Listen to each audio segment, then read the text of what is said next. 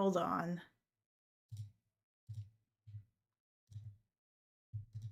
There you go. That probably gives you a better idea. It's gentle Hanukkah melodies, relaxing Jewish instrumental ambience. I just picked it because I figured it would just go on and hopefully I won't get copyright struck. Although maybe I shouldn't have. I don't know. I don't know how zealous you guys are about protecting your copyrights. Um, am I gonna have am I gonna get DMCA takedown notices sent to me by whoever runs this Jerusalem Voices of Worship channel? Is that what's gonna happen? Ask Ethan. Well, that's not very reassuring. Does that I don't know, you hear all this shit about Jewish lawyers and one wonders. Okay. I'm just kind of waiting. Hopefully we'll get some more people as they begin to pile in before I actually get started with this. Because I got stuff, depressing stuff for all of you on this Christmas Eve.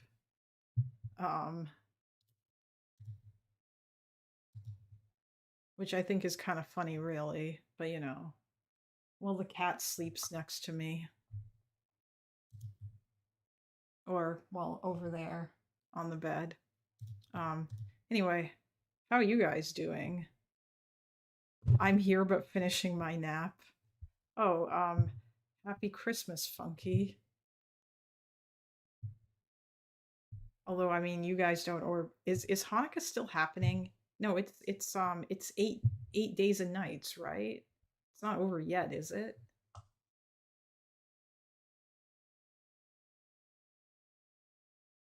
Oh, it is over. Okay. Well, damn, I'm gonna need to find other gentle Jewish melodies to listen, or other like music or whatever. When's your next holiday?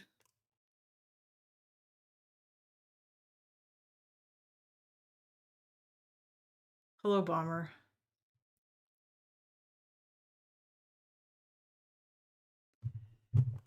Oh really? Oh, okay. I was in Hutch's stream a minute ago. He had to go because of weather, so I'm here, I guess. Oh, base. Nice. Um, we have a feast day in a week. Oh, do you now? Missing Hanukkah already. I thought Hanukkah wasn't that big of a deal, or is it just like a lot of fun? I mean, it seems like a nice holiday in comparison to some of your other holidays. You have a fast day in a week. Hanukkah is Jewish Christmas by proximity. Oh, hey, Conduit. And latkes are good. Conduit, I might watch your video or might not. I'm not sure. I feel like I cannot top like Lonerbox's epic rant about WoW mounts and how flamboyant and gay World of Warcraft is and always has been. I feel like there's not much that one could do to top that. That was really funny. Um that was like an excellent sort of, and then like I sort of half listened to Destiny react to it yesterday, and he kind of did something similar, but in no way like, but like Loner just had like a better rant because he's actually played World of Warcraft like a lot. And so like yeah, when he showed off that really cool sort of glowing purple tiger mount and the glowing armor shit, and yeah, it was good. I look forward to hearing him react to the rest of it, but that was funny. I didn't realize I was wrong about computer tips until Destiny crashed out on it. Okay, you know what? I'm just gonna say something. I don't think that you're even necessary. I mean, maybe about the power supply, but I think it depends. Lonerbox doesn't hold a candle to you. That's not fair. Don't say that. No, Loner is definitely I mean, he's a lot more experienced at this than I am, so I'm sure that I'll probably get better as I go. But I think that Loner's definitely funnier than I am. Although then again, I mean, I don't know. Loner probably doesn't think that he's funny, but he is. He's very funny. Happy Christmas or whatever folks be doing at this time of year. Happy Christmas, bots. Shots. Well, no, I mean, I think he is. Loner's very funny. He's a funny guy. I think Destiny is funny too, and Hutch can also be funny. Dylan is funny. A lot of the streamers that I watch, they are all entertaining. But I mean, I guess people think I'm entertaining, so here you all are. But no, the advice, like Conduit, the thing is that Loner's got a dry sense of humor like me. Yeah, oh yeah, you're also funny. The thing is that like with the computer advice, I think like what Asmund said, buy like don't skimp out on like getting a good motherboard or power supply or whatever, and like the power supply thing isn't really entirely true. For the most part, you'll be fine as long as like you just make sure you get something that's like the right wattage. I think like Destiny is right about the motherboard for the average person. If or for the average, like, you know, if you just want to build like a gaming machine and you just want to use it to like game or whatever, for like most people he is correct. But I mean, for me, I do care about the motherboard because I do crazy stuff with my computer. Please stop calling the child a bitch. Yeah, exactly. um, so yeah, I mean, like, I don't know. Destiny's kind of right, but at the same time, he's kind of not. I feel like if you know what you're doing and you go to buy a motherboard, you're going to look at what features are being offered on the motherboard, and then you're going to make your decision based off that. Because that's what I've always done. I've always looked at, okay, how many USB ports does this have? How many SATA ports does it have? All that kind of stuff, you know, and then I would make my decision based off of that. And so, I mean, like in that way, it's fair, obviously. If you're a noob, you shouldn't just go buy any old motherboard. That reminds me, do you have a Patreon? I do not have a Patreon yet. I didn't really feel like it was worth it to get one. Um, but if people want to donate to me, there is a link in the description. Make one, but I'm not doing video essays, Conduit. It almost kind of feels wrong to make a Patreon. Um, are you saying my 1500-watt PSU was the wrong choice? Just kidding, my PC is a silly water cooled PC. Oh my god. Wait, bots, did you build a custom loop? Did you do that?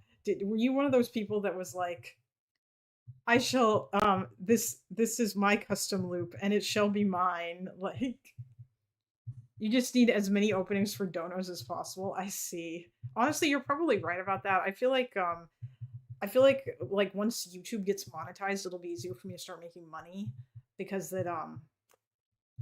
because it like it's considerably easier to be on the YouTube page and then like just click the button to do a super chat. Whereas now you have to click the donate button in the description of my stream, and then you have to go and you have to do the thing, and then you got to fill in your information, log into your PayPal, and then put a name and type it, and it's a bigger pain. And be shameless with it. I guess I should do that, shouldn't I? I should be shameless with it. Make tiers for a few bucks and make a tier for an insane, but because someone will eventually come along and take up the offer. The thing is though, Conduit, is that like I feel like I would need to have something to offer to people in order to like make it worth their while, you know? Like what am I giving them? Or like what incentive do they have to subscribe to a Patreon? Because usually Patreon is one of those things where it's like you get access to X, Y, or Z earlier. You can figure it out as you go. I mean, I guess so. I think Loner still has his Patreon, even though he feels bad because he doesn't do anything. Do they literally? It's just, do they like you? I subbed to Conduit's Patreon and he has nothing on it yet. Yes, ZJM, you're like an insane oiler though. Like you're constantly gifting Loner subs, which is awesome. I mean, you know what? Yeah, sure, fine. I will. I will make a Patreon. Um, why the hell not? Um. Oh, hey, Addy. You're giving them the opportunity to support you. Yeah, that's true. I mean, well, they already do with the donos, but I imagine Streamlab donos are probably a huge pain. So it probably would be easier. Like Patreon is another one that's generally easier to sign up for because you just like if you're already registered and you're already using, you just go on there and then you sign up for it. As someone who like used it sometimes to subscribe to people, the opportunity to control you. Jesus Christ, Abby, you are not beating the allegations. Wait, what did you say, Buds? Yes, I did. The tubes are all polished brass, and the parts are the best you can get. I mostly watch YouTube and some light gaming. Oh, okay. So you basically what you're telling me is that you built like an insane god computer just so you could do that. That's awesome. I was actually thinking of building a custom loop a long time ago, and then I started looking into how much it was cost, and I was like, yeah, no. So now I just have an AIO, and I've had it for like about 5 years, and it still works great. So, hello, Lannis. It is yes, it is day for me, but evening for you guys. The Mossad prefers Patreon, anyways. Oh, does it? Well, okay then.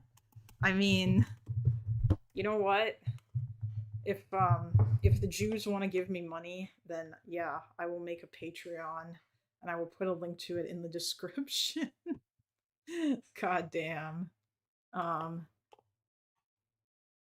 yeah, I don't think that like yeah, custom loops probably wouldn't be worth it unless you have like unless you're like swimming in money. But prioritize Kalinda? Prioritize what exactly? You mean um like I don't know, like I need to get more subs really is what I need. What I probably really should do is I should probably just like pick out a good segment for my stream and then upload it to my stream and then or upload it to my YouTube channel and then get Loner to watch it if he wants to. And oh, conduit. Sorry, the chat's actually. And again, if you need art, I know a couple people. Oh, okay. I mean like I know someone too, but yeah, it's always cool to like, you know, look around for different folks. Is this an AI image? How dare you? And I assume you mean AI.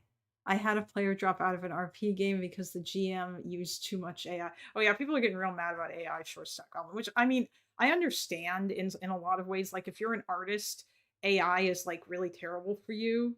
Um, especially considering like how good it is. But and while you guys are on Patreon supporting Kalinda, you can also support me, but prioritize Kalinda. Oh, that's what wait, I didn't even see that. Oh, it was further up. I missed it. You can figure it out as you go.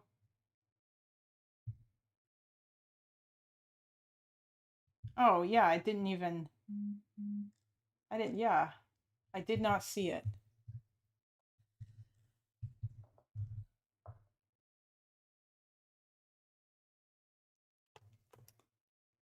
Damn, Hutch got taken out by a tornado, a fucking tornado warning in Los Angeles. Damn. That is unfortunate. The weather is actually nice here. I went for a walk this morning with my dad. Just wanted to be clear. Put some debate videos like the Wick panel you did on YouTube. I bet people will sub for that. Yeah, potentially. I mean, that was, yeah. Plug Patreon and YouTube donos when you do debates on Wick and stuff. Be shameless. Yeah, you know what? You're right, Conduit. I mean, I was trying to be shameless. The other night I was on Loner's stream and I saw that DGG was watching. And so I was like, cause like I'm in DGG chat sometimes and they know me over there. And they liked me when I crashed that Prime or that Wick panel that had Prime on it so I could yell at him about Gaza. And then Wick kicked me out. But Destiny picked up the question that Prime refused to answer when Wick went to the bathroom, which I thought was cool. The question that I had asked, which was why don't Hamas build bomb shelters in Gaza? Hello, Feli Goblin. Okay, let's see. Okay, we've got 18 people here now. I'm sure that it will also increase as we go. So, yo, make the Patreon right now. What the fuck? TGG is always watching. 100% be shameless. As you would encourage your friend to be. Make it now. Are you serious? That's hold on.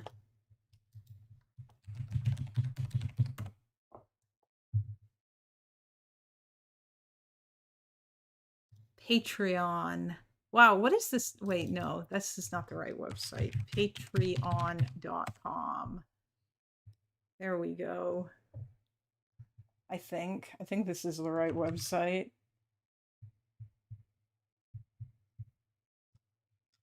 Yes, this is the right website. Where podcasts grow. Who thought this layout was a good idea? I know that you guys can't see, and nor will you be able to, because what is this? Why? Okay, get started.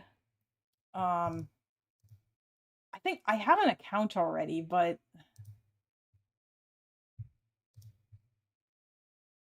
god damn it. ZJM is dying to give you money. Make content out of donuts. Well, I mean, like, god damn it, it's gonna be so much better when I can. The next time Loner streams, I just need to go on there and ask him if I can, and ask him like to help me get that Loner bump. I just need to get like 500 subs, because then I'm. Well, I mean, I've already got. You just need the button. I've already got a logo, so it doesn't matter. Um.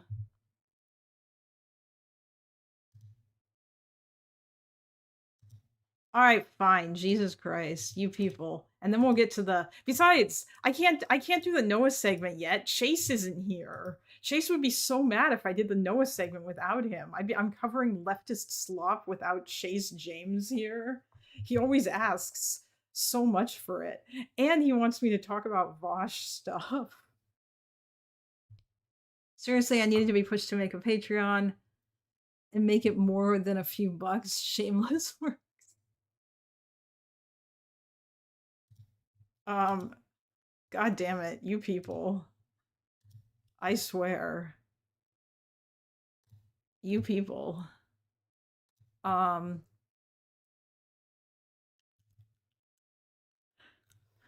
Wait.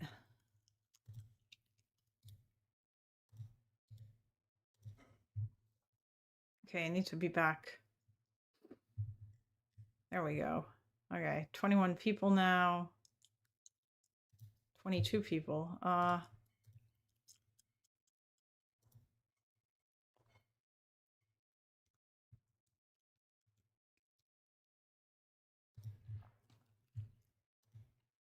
Wait, I'm genuinely curious because I've done it before in the past, but I'm just wondering, is Streamlabs actually like a huge pain to donate through?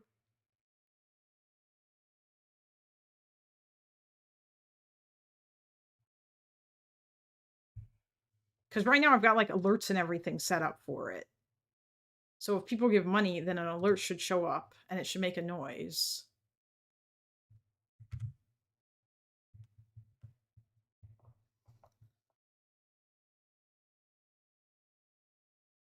No idea, but I can feel you. Oh no. I'm going to I'm going to make a Patreon. I just don't know if I want to do it this second on stream. Because now that there's like 20 people here and I want to talk about it.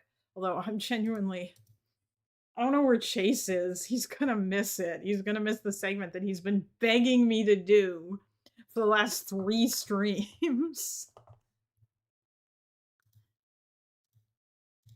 It's not a pain on PC, but on my phone it doesn't load correctly sometimes. They're watching because they need to go the go ahead to. All right, fine. Jesus, one sec. I don't need to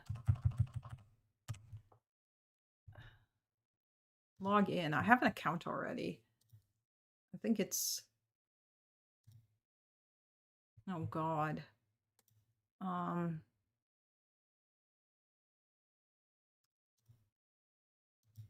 on a sec, guys. Because you're actually making me do this right now. Um, I feel like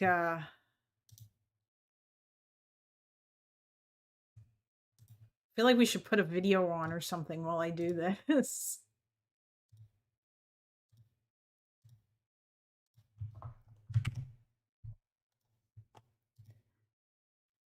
Don't leave the money on the don't leave money on the table. They are watching because they need. Be aware though, assuming you have your PayPal account, anyone who donates will be able to see your full name unless it's a business account. Oh. Um oh, you mean anyone who donates to Patreon? I mean, I'm pretty sure I made my PayPal into a business account actually. That's what I mean. That's why I'm saying I actually need time to like get this stuff sorted out. But the problem is that it's a pain to do it on the phone, I'm guessing, like to donate through Streamlabs on phone. Whereas on Patreon, I know it's easy to sign up for Patreon on the phone and through the app because I've literally done it on like every single like every time I've ever signed up for anyone's Patreon, it's almost always been on the app. They make it real easy to give you money. Anyone who donates to your Streamlabs, I mean, assuming you have PayPal linked to your show. Yeah, I do. Oh, no, it's that's a business account. Wait, Feli, you donated to me. You donated to me. You didn't see my name there, did you? It was a business account. I think I've made no, I think I made my PayPal into a business account. I think I had to in order to make it work properly. Um well, you know what? Let me just verify that.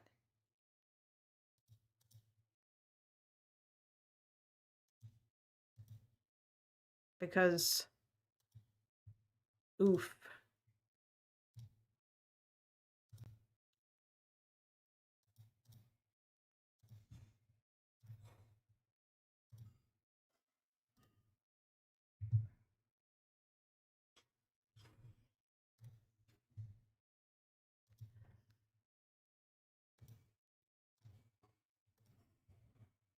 Okay. Um let's see. Oh, code. I mean, you can check, but just a sec cuz I don't I'm pretty sure it is a business account.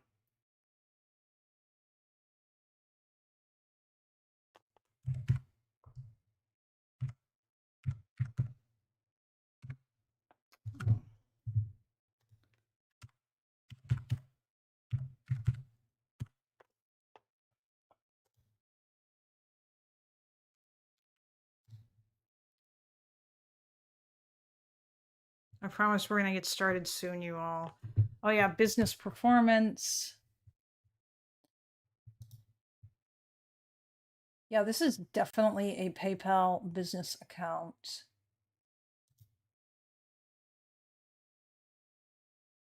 You are started, am I?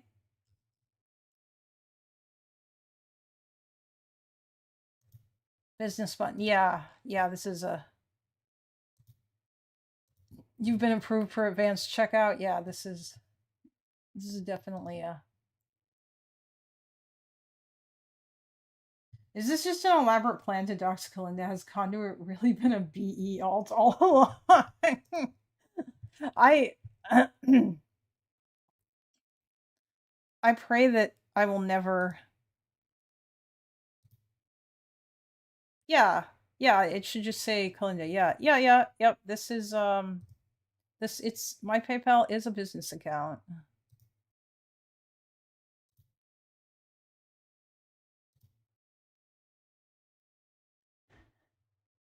This is a Christmas stream. Where's the eggnog? Oh, hey, Insomniac.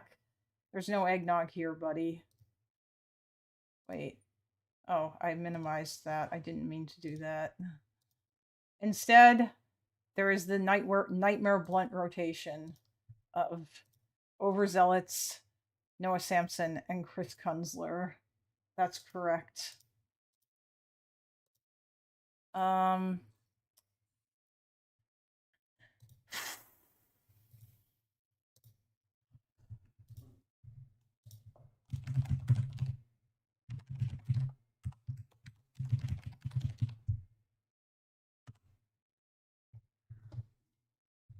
Is the eggnog? I don't actually know.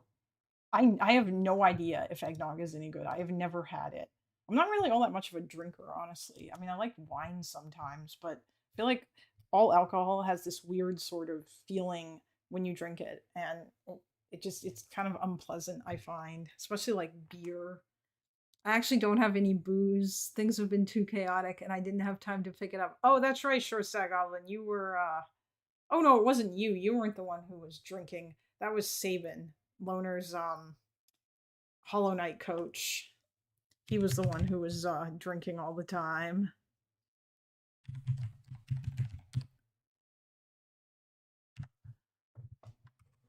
Wait, wrong button.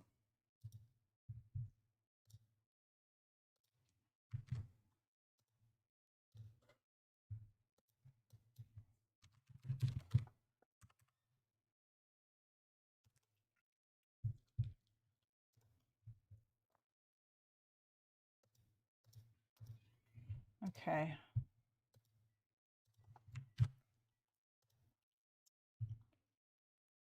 I'm just logging into my account so that I can make the Patreon or the Patreon that um Conduit is bullying me into making.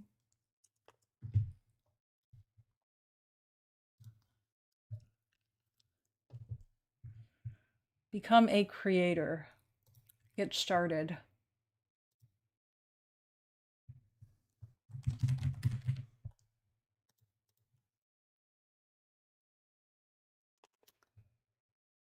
Ha ha ha.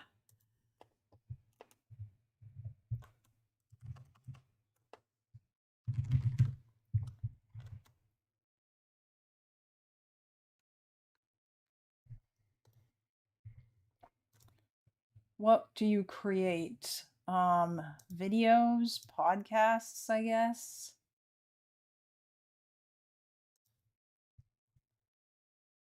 Add your main social media. Oh, that'd be YouTube. Um,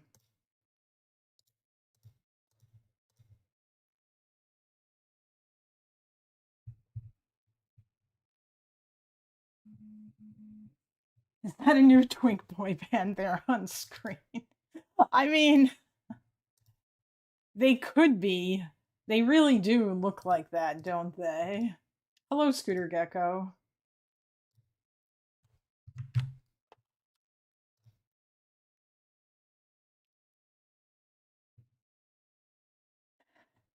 Even more immersive creator. Okay. Choose your layout.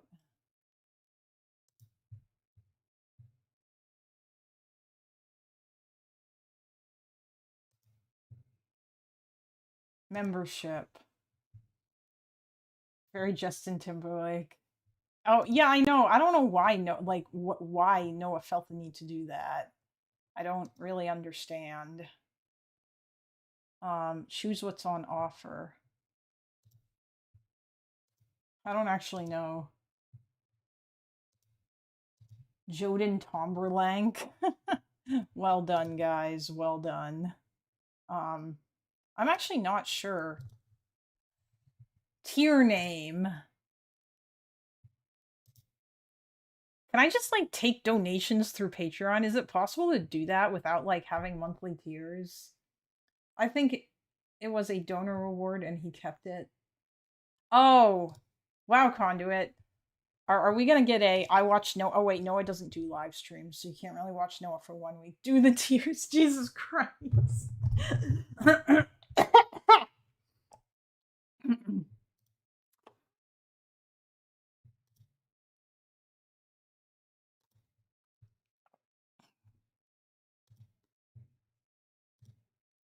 Wait, do I have to income tax? Oh, that's for US citizens. Sales tax. Um Payouts. Oh, okay. So the way that Patreon works is that the the um the money basically gets put into your account and then you can add a payment method later to get the money out. So I don't need to worry about that right now. Okay. I won't. Apparently Patreon also has streaming, although I don't exactly know how good it is, but okay. Fine. Do the tiers. Fine. We will.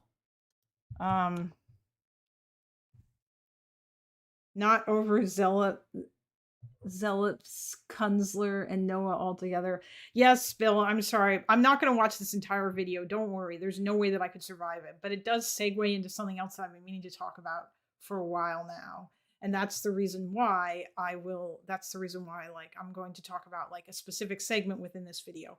And also later on in this video, he talks about like what's going on with the lawsuit between that Noah or that Ethan, like that Ethan was bringing against him. Although I don't know if Ethan ever took that beyond a cease and desist letter. I think that was generally the case. I don't actually remember what happened with that. So we'll have to look that up, but I'm also going to talk about that as well. But first I wanted to talk about something else. But okay. So tier name. I mean, I guess $5.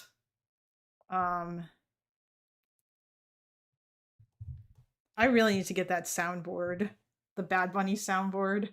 $5 a month. Aw. Cat amenable, cat friend, and cat lover. Okay, you know what? I'm doing that. We're doing it.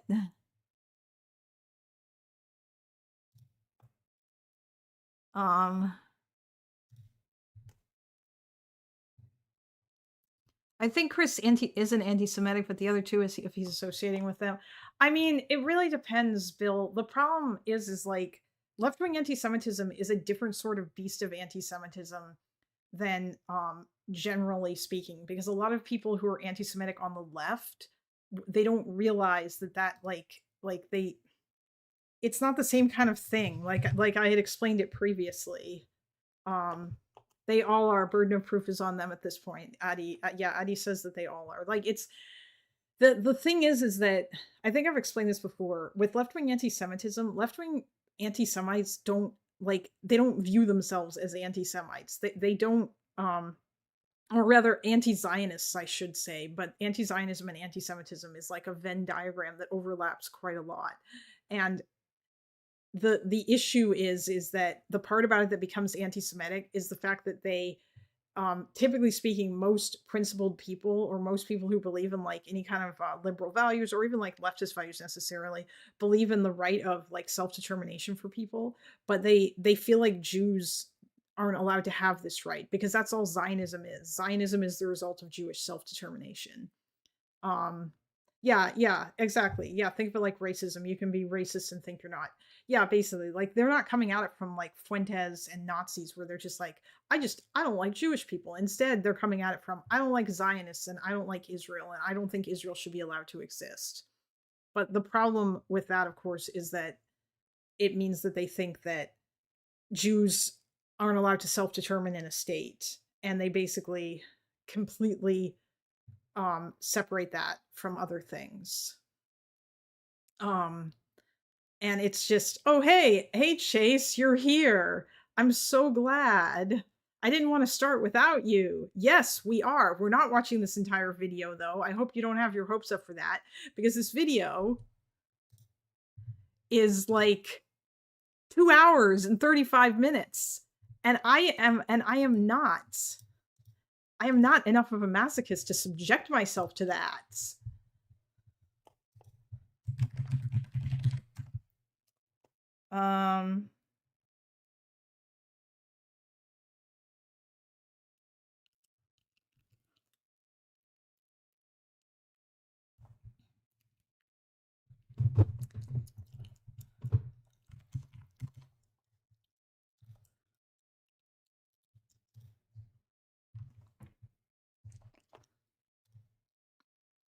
Cat amenable, cat friend, cat lover. Cat lover is going to be I guess $30. I don't know. I don't know how to go up in scope here.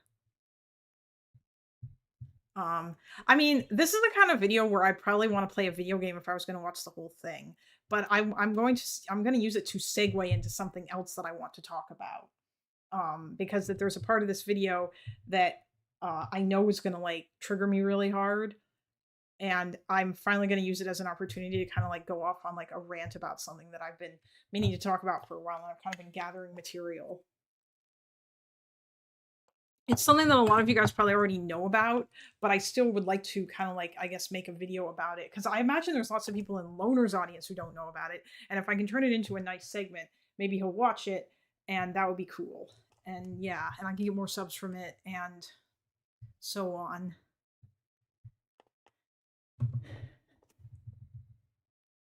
Oh, you went to a message place? You're not, you mean a massage place, I assume. I assume.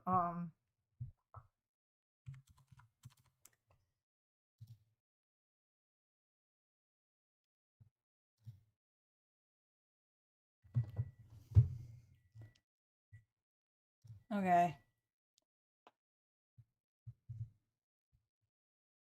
Okay. There are 3 tiers. And then for the lols,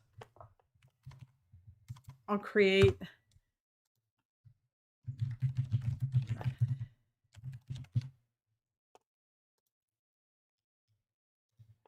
and then for the lols, I'll create the crazy cat person tier and make it be $50 a month.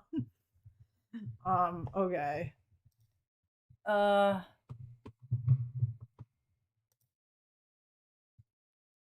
100? Make it 100? What the fuck? Okay. Jesus Christ. Conduits. Upsell.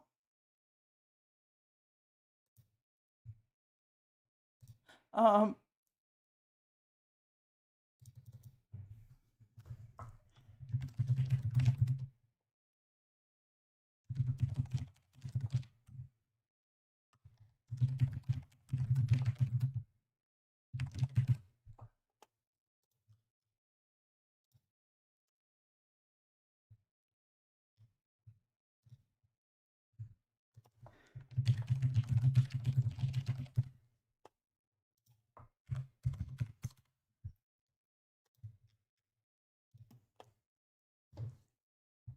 maybe it should be Stuart Lever, Stuart Friend instead of generic cat. No, that's fine. Okay, this is fine. Okay, hold on.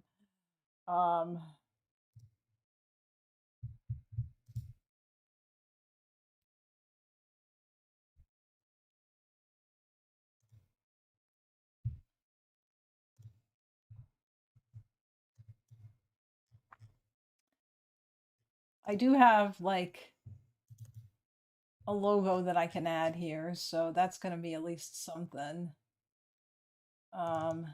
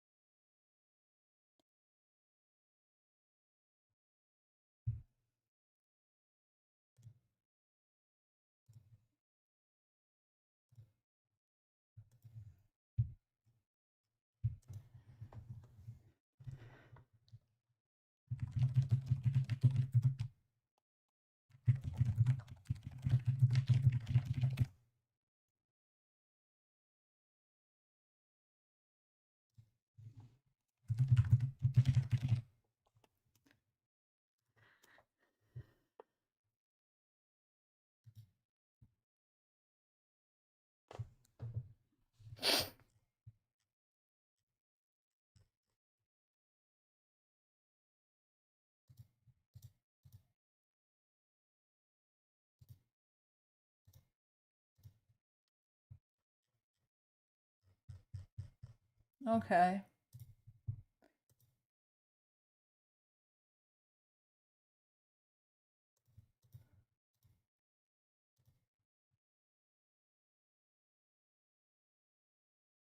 What are we doing now? Oh, Chase Insomniac. Conduit has essentially browbeated me into create. He has bullied me into making a Patreon in order to make money, essentially. Um, that is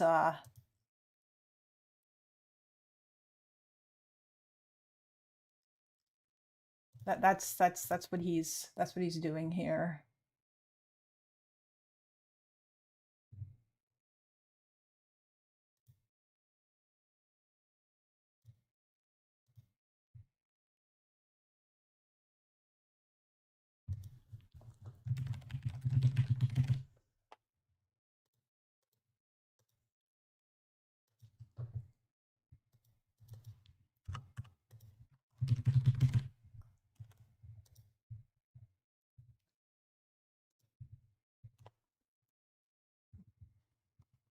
I'm surprised the Mossad didn't send you the money transfer memo. Yeah, me too. Where's my where's my money? I spend so much time shilling for your state. Um I don't understand. Why don't I have money yet from you guys? He is right about most things judging by his videos. Is that rapscallion conduit? Oh, Christmas break. Wait, what? Addie, that doesn't make any sense. Don't you mean Hanukkah break? Mossad takes Christmas breaks? What? What are you on about?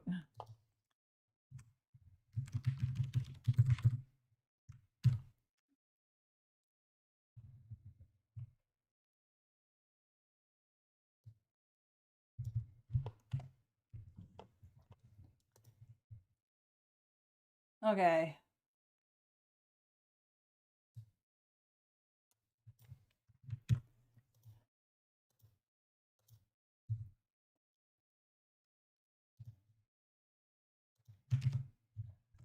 There.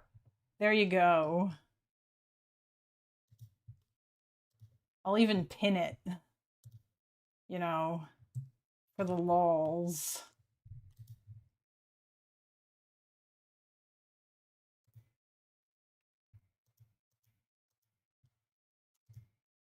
We appropriate all holidays. Where's my misery most son? Chase, have you been shilling enough for Israel to earn that? Also, it's Jesus' home country. It would be rude not to celebrate his birthday. That's true. Although, wait, is Bethlehem's in the West Bank, isn't it?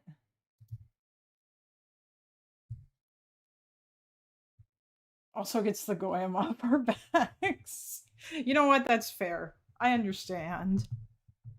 Well, okay, yeah. I mean, you guys are currently controlling Bethlehem, so you know what? I accept. Um, I wonder. I'm actually curious about that.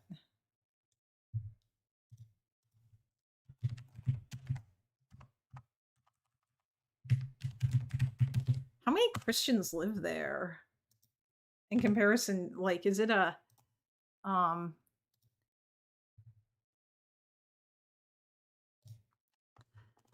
Bethlehem is a city in the West Bank, Palestine, located 10 kilometers 6 meters south of Jerusalem and the capital. God damn it! I continuously forget how tiny this region is. Um, in Judea, lol. Literally, yeah. That's fair since that's what it would have been called back in the day. In any case, I think.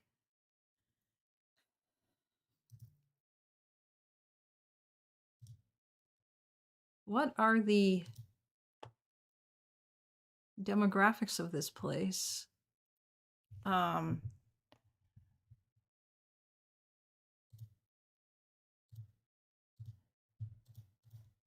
religious significance. Oh, there we go. Demographics.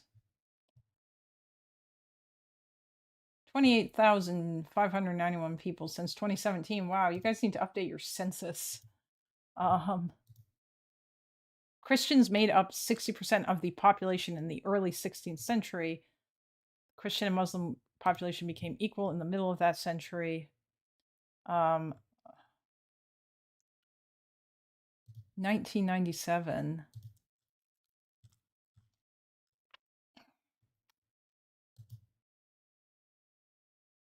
Oh, there are less birth rates. Okay, so there are less Christians. The Christian population's proportion in Bethlehem fell from 87% in the 1950s to 12% in 2016. Damn, I would have expected there'd be a lot more. Israel is smaller than Lake Ontario. Yeah, that's goddamn. Okay.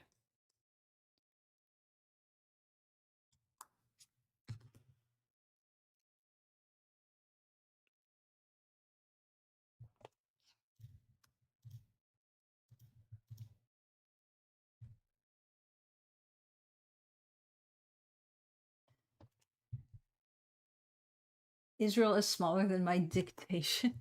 Jesus was actually from Nazareth anyway. Yeah, well, I mean, he was born in Bethlehem apparently, but I mean, yeah, he was because Nazareth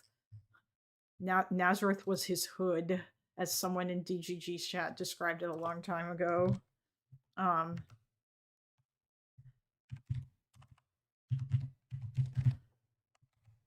oh yeah, Nazareth is in Israel. It is. I think it's one of the mixed cities, isn't it?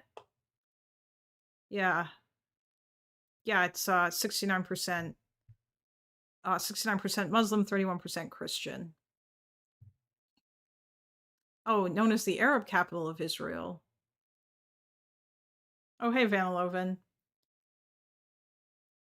They used reuse names a lot back in the day. Thought there were thought that were tablets mentioning him.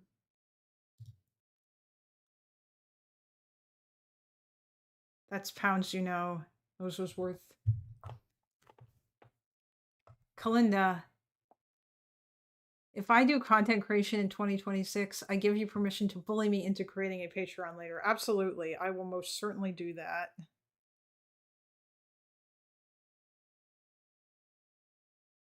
Oh my god, poor Hutch. He's just going back and forth.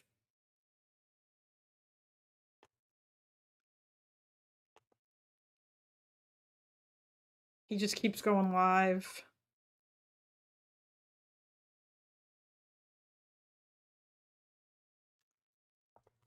Oh, hello, Toby.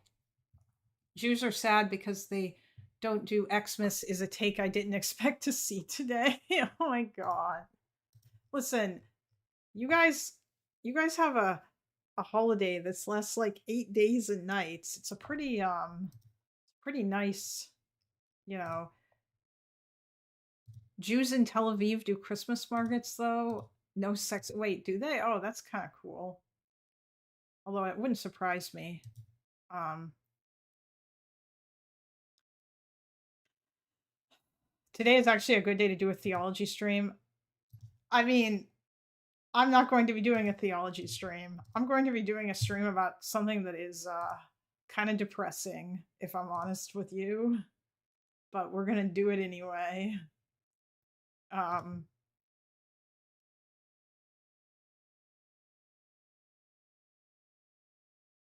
I've heard no one cares about Hanukkah in Israel. It's a Western thing. Wait, is that true? Doesn't it? Do people not care about Hanukkah in Israel? I know it's like not a super big holiday, but I'm curious. The decline of Klein? Nah, it's not about that. Um,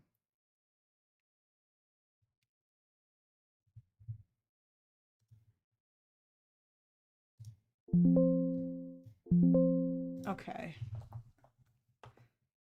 It's a very minor holiday. Define care about. I mean, like, do people celebrate it? Is it like, do people get days off of work? Um, or like, do people get to like? Is there a time at night where everybody does does the menorah lighting? And as such, does that mean that they like if they normally work late, like do they get allowances? Do they get to like go home early, or do they get to go home earlier maybe than other like yeah? Is there stuff you know? I guess I'm just kind of like wondering, is it something like that is a big thing? Yes, celebrate no days off. Yes, there's traffic before lighting time. Wait, what are we on about? No Xmas or Monica? No days off work, but most people do candle lighting. Okay, yeah, that's what I figured. And I mean, and Addie also often commented the other day about helping a friend with getting dreidels or what have you, which I assume is like I don't know, is that like a game that like kids play, or is it something? I'm assuming that that's something that happens there.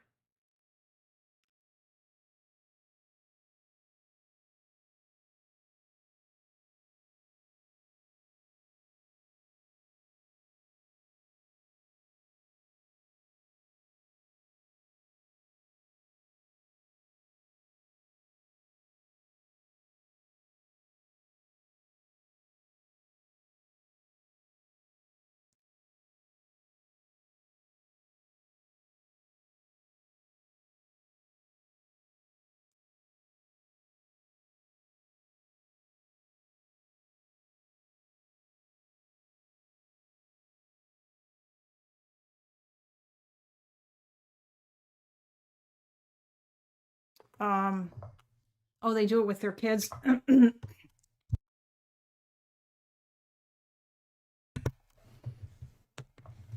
I can come into Discord if you want the actual answers. Um, I mean, you can, but later. I think I'm gonna do this first, and then like I guess as like a palate cleanser, we can talk about like happier Hanukkah things after I'm done with this because this is gonna be kind of depressing, you know. So yeah. Also, why does YouTube keep telling me that the stream's audio bitrate is 0? I don't understand that. It's not. Sounds good to me. The offer is always there. Absolutely. Let the nihilism begin. I mean, yeah, there might be a little bit of that because, you know,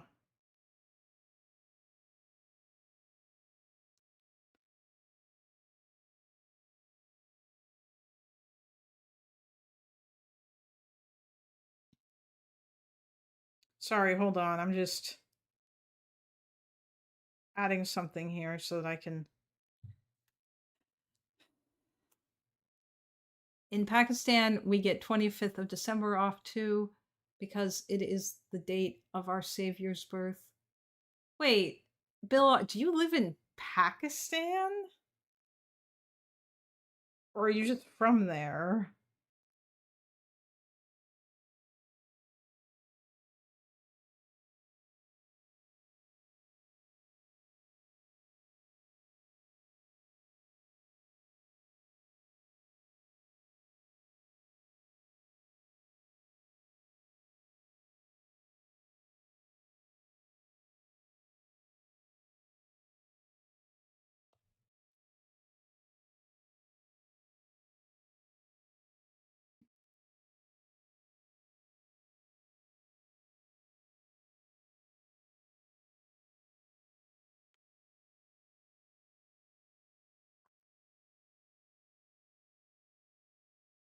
Sorry, oh my god, I already have Patreon memberships.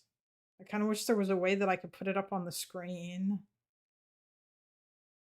or like get notifications about it or whatever. But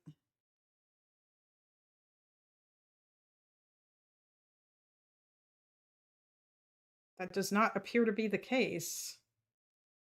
Um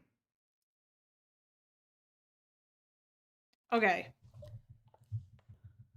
we're going to start watching this now because Chase is here, which is what we wanted. And yeah, we so the first part of this I don't know if I actually I'm curious just because that I want to know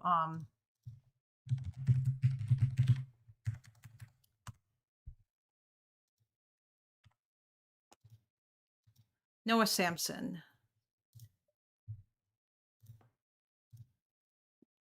When was the last time? Wow. Noah has not posted a video. like, he hasn't posted a video in 3 months. This was his last video 3 months ago, where he was asking questions about if Trump was dying. And then ever since then, it's literally Israel, Israel, Israel, Israel. It's all Israel. Sad truth about Israel. Ethan Klein lawsuit response. That's also basically about Israel. Oh, there's the genocide denying YouTubers. Manufacturing consent for genocide. Israel, Israel, Israel. And then he finally wasn't talking about Israel. YouTube content wasteland. Oh wait, no, hold on. Sorry, there's more. Israel, Israel. Israel. I mean, like, I probably shouldn't do this because the loner is obviously his video. Actually, that's not true. If I go to Lonerbox's channel, there'll be a whole bunch of videos about a myriad of topics. He doesn't just talk about Israel. Like, yeah, that has been like a lot of his content, but it's not all of it. Israel starvation massacres. Jesus. Wow. Okay, so he was talking about, wait, when was this? Genocide denial streamers, because he had made a video about think before you sleep. I thought that's mainly what he was doing.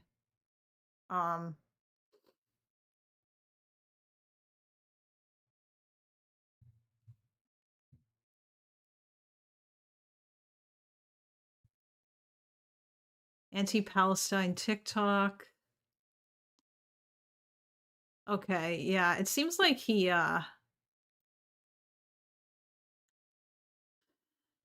TikTok has a phrenology problem. What? Okay, and then this kind of, I think, just goes back to when he was just clowning on red pillars. We are on day Stop. Wait. 43 of Israel's latest escalation in their ongoing Wait, what the hell?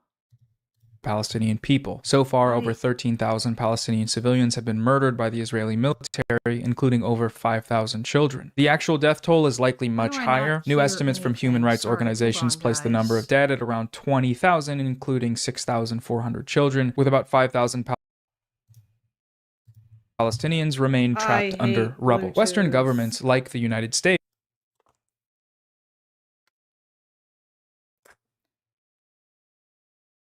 Wait, when was this published? Oh, this is November 21st, 2023. Okay. I remember that Noah made a video about the same topic that Loner reacted to.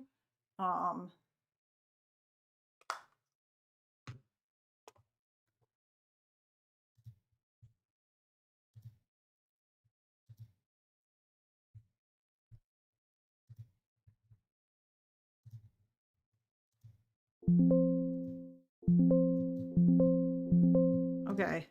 enjoy all of this and want more of it. The Biden administration continues to vocally. Yep. All right. Yeah. By the way, I cannot stand, like, Noah is so smug and he just sounds like such a dick for somebody who basically knows absolutely nothing. Oh, the video is louder than me. Is it? Hold on.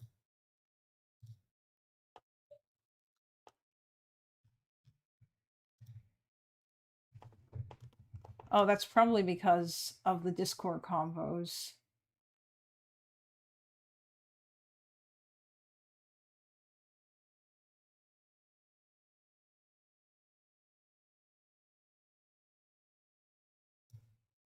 Okay. Now I'm going to get you guys to tell me.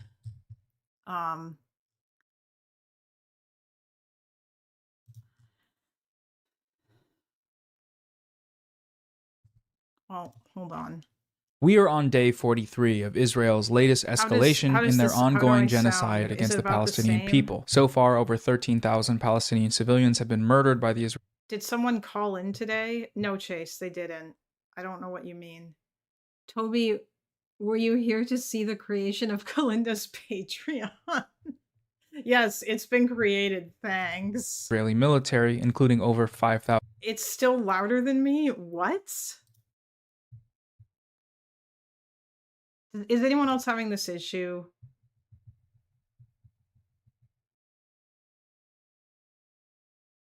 Is anyone else having the issue with the video being louder? I mean, it doesn't matter because I'm usually going to pause before I talk, but um I don't want it to be too 50% louder than me? What? Hang on.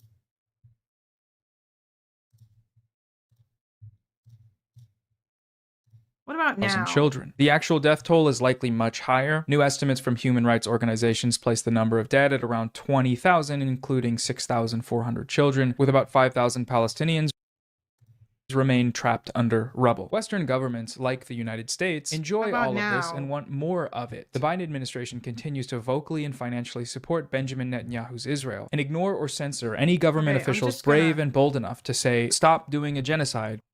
You miss 100% of the tiers you don't set. Fair.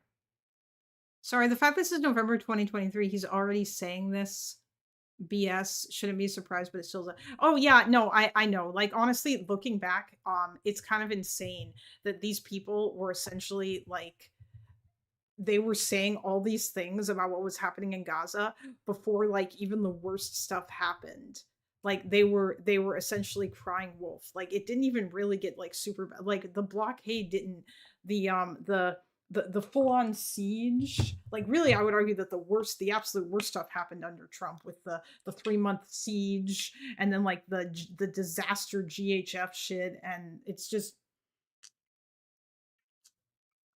but these people, because they have no concept of like scale or anything, immediately jump to this.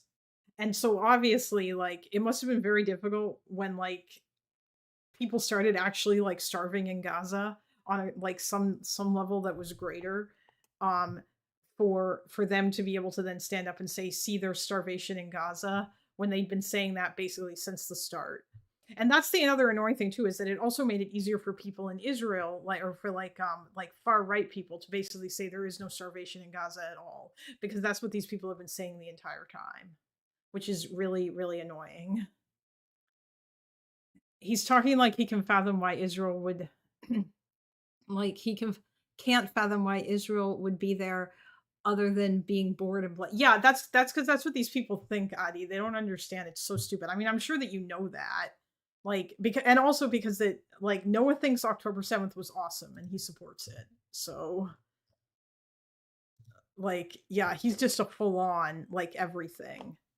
Not only does he think Hamas is awesome and he thought October 7th was based, but he thinks that none of the rapes happened. And I know it keeps surprising. Yeah, I know it surprises me too. Honestly, there are certain things that will never not surprise me. Like if I get into a Twitter argument with a person and they say to me like, and like I think this happened once. I basically said like, so you want to kick out everybody who lives there now? Why do you want to punish people for stuff their ancestors did? And they were basically just like, yes, full decolonization. And I was like, bro, what?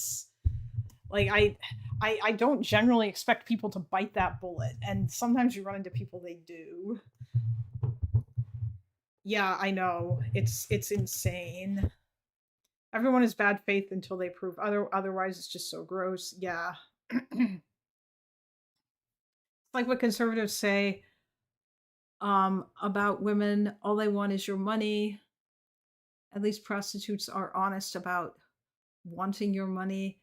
They don't care about Trump doing the worst, just genocide. Yeah, I know. Like that's the thing that blows me away, is that like where is the smoke? But it's because that these people don't think there's any difference between any of it, and I guess that they just haven't been keeping up, or like they'll see that something bad happened and like a bunch of civilians died, and they'll just kind of shrug and be like, well, you know what, or they'll make an angry tweet about it and talk about how it was Israel and how it's really, really bad. And yeah, it's just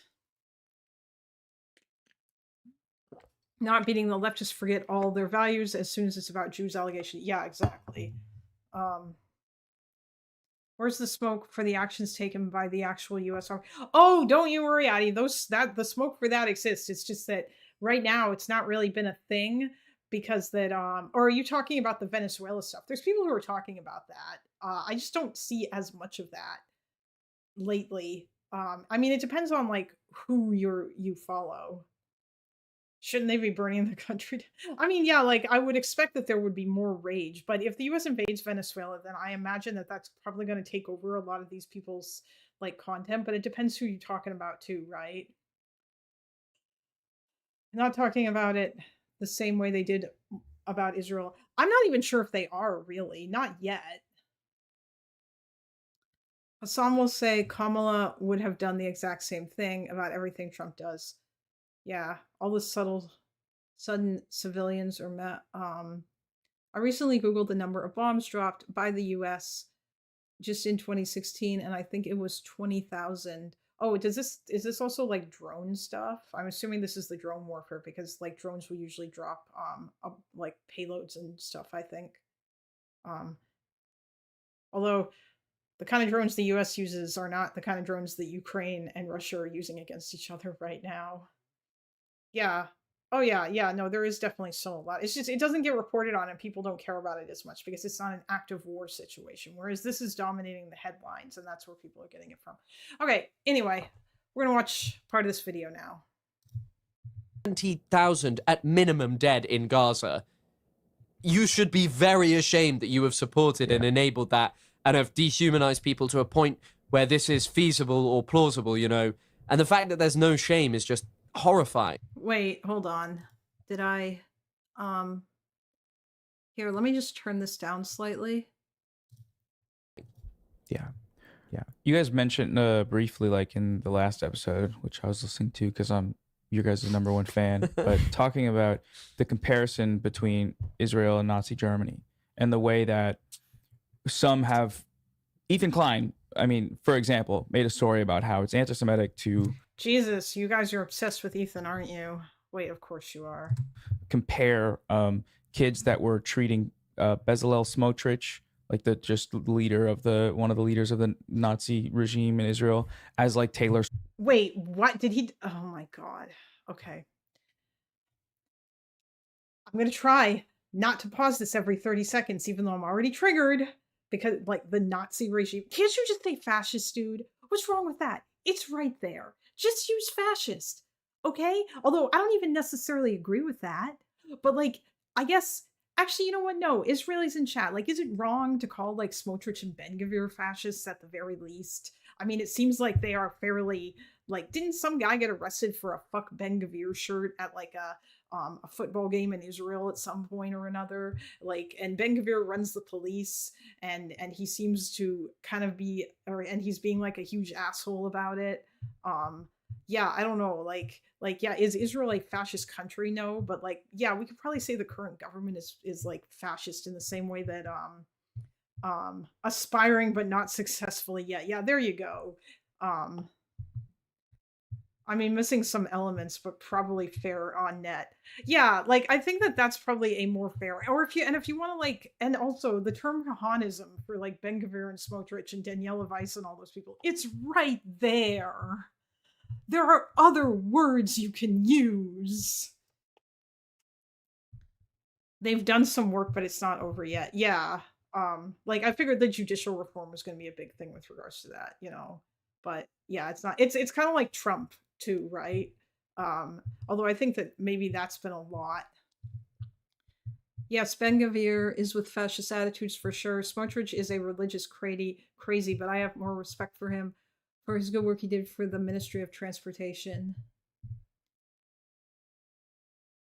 Like with BG/S don't have the same supremacy of the party.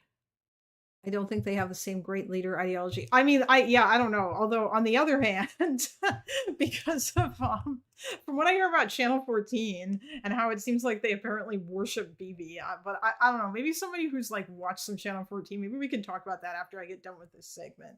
But anyway, yeah. But no, it's very obvious that yeah, they're Jewish supremacy. Yeah, that's Kahanism is like Jewish supremacy. It seemed like based on like when I read about it, like those are the same people that you'll get the you can't like you're not allowed to marry outside of like, you know, like other Jews. If you marry someone who's not a Jew, then that's bad, and like they want to kick out all the Arabs, and yeah, it's very very very very very far right. and it's supposed to be banned, but I mean, apparently nobody cares about that because I hear there are people. Oh, the marriage thing. Yeah, I've heard that. I was surprised actually when that was a thing. Um, about like marrying outside of your religion, because I think Sev showed us a video of like some group of people that would harass people who like Arabs and Jews who were getting married to each other at their weddings in Israel or what have you. He showed that on his stream a while ago, and I was kind of surprised about that. But then like I thought, oh hey, it's just like America. but I mean, but then again, like obviously, and he will tell you too that like the same thing happens among like the Arabs as well. Like that if one of their own decides to get married to a Jewish person, then that would be a big scandal. So yeah. Oh yeah, Lahava. Yes. Yeah. Don't think I probably not anymore. I think they were a while ago. The video that he showed was like several years old. Anyway, we'll never get through this if I don't keep. Yeah, here we go. Swift, like they were super excited to see him, and then people were comparing them to the Hitler Youth, and it's been floated around, and it's a common defense of Israel that like you're uniquely targeting people's Jewishness by like trying to antagonize them secretly by calling them Nazis, when in reality it's just the structure of racial supremacist genocide. That's exactly what they're doing. That's what the Nazis did. It's a perfectly apt comparison. And like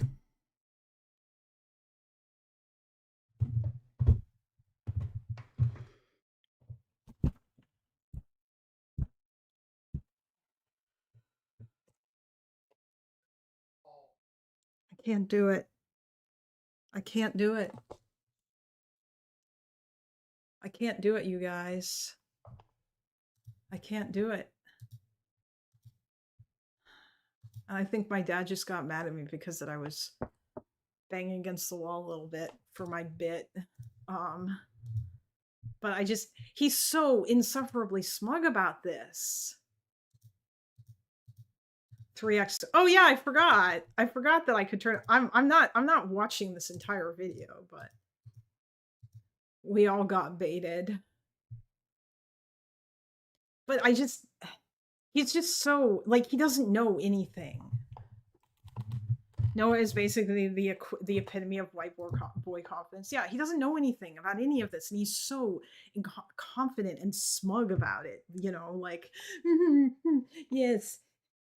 Jewish supremacy and Israel is exactly the same as Nazi Germany, and it's the same thing, you know, like a system of racial supremacy. Like, did this guy confuse is about? Oh yeah, I know. Like was mentioned earlier, Chase. Everybody always forgets. Leftists like conveniently forget their entire the importance of their entire ideology.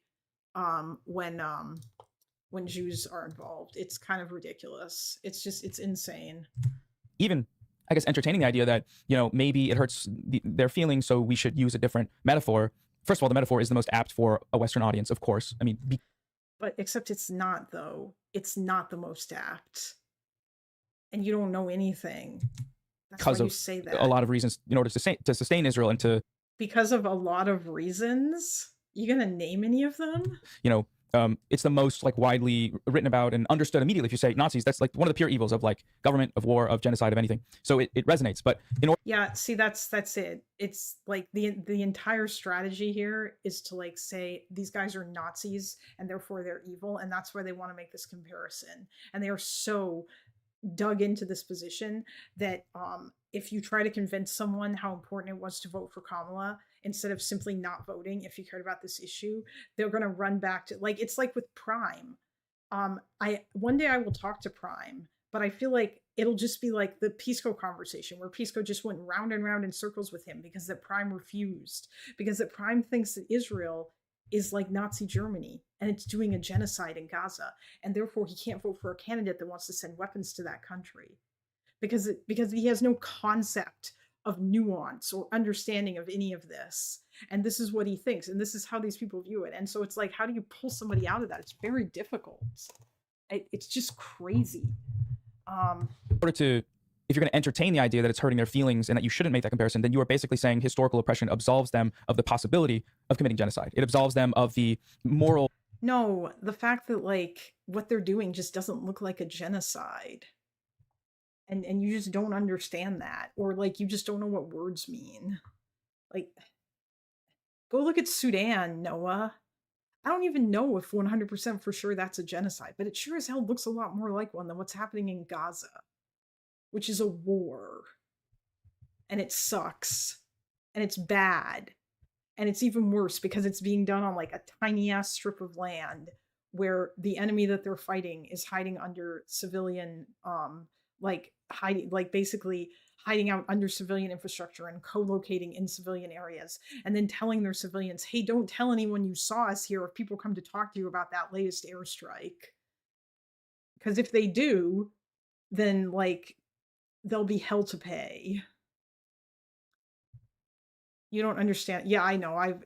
Dispel tried to make that argument about the slow-moving genocide. I think the West Bank thing is a slow-moving ethnic cleansing, but ethnic cleansing and genocide aren't the same thing. I watched The Pianist on my 2 days off. Noah Samsen. Oh yeah, The Pianist is a really good movie. I mean, that's not even like the worst of it. So,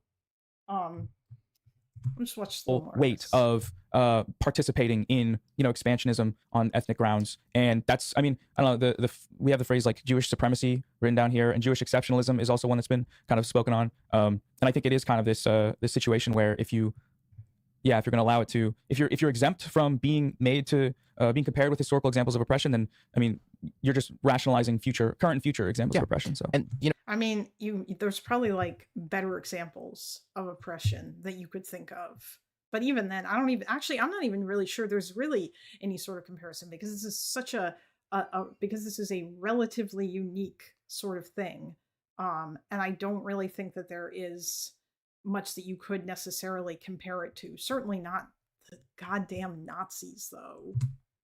This only really applies to Jewish people, because the uncomfortable truth of the matter is the Holocaust also dramatically persecuted Romani people, Slavs, gay people. Oh God, here we go.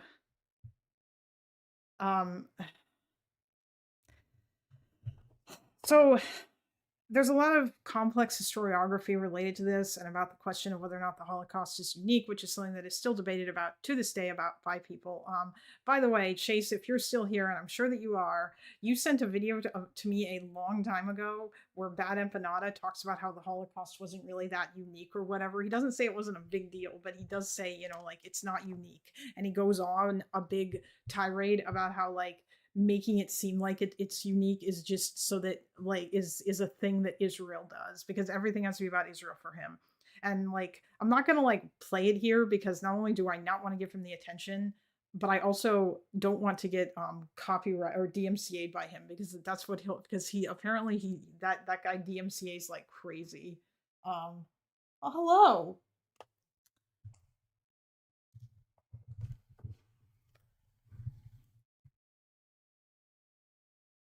He's just chilling. He likes to sleep on my bed.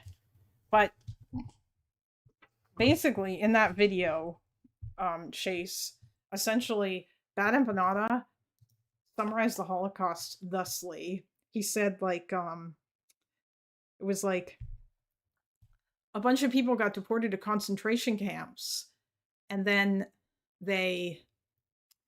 what was it that he said? A bunch of people got deported to concentration camps, and they were forced to forced labor, and like 6 million people got like gassed or something, and that was like and 6 million people died, and then like I think he mentioned gas chambers, but that was like how he summarized it, which I think is, and unfortunately that is generally the extent of what we learn about it too.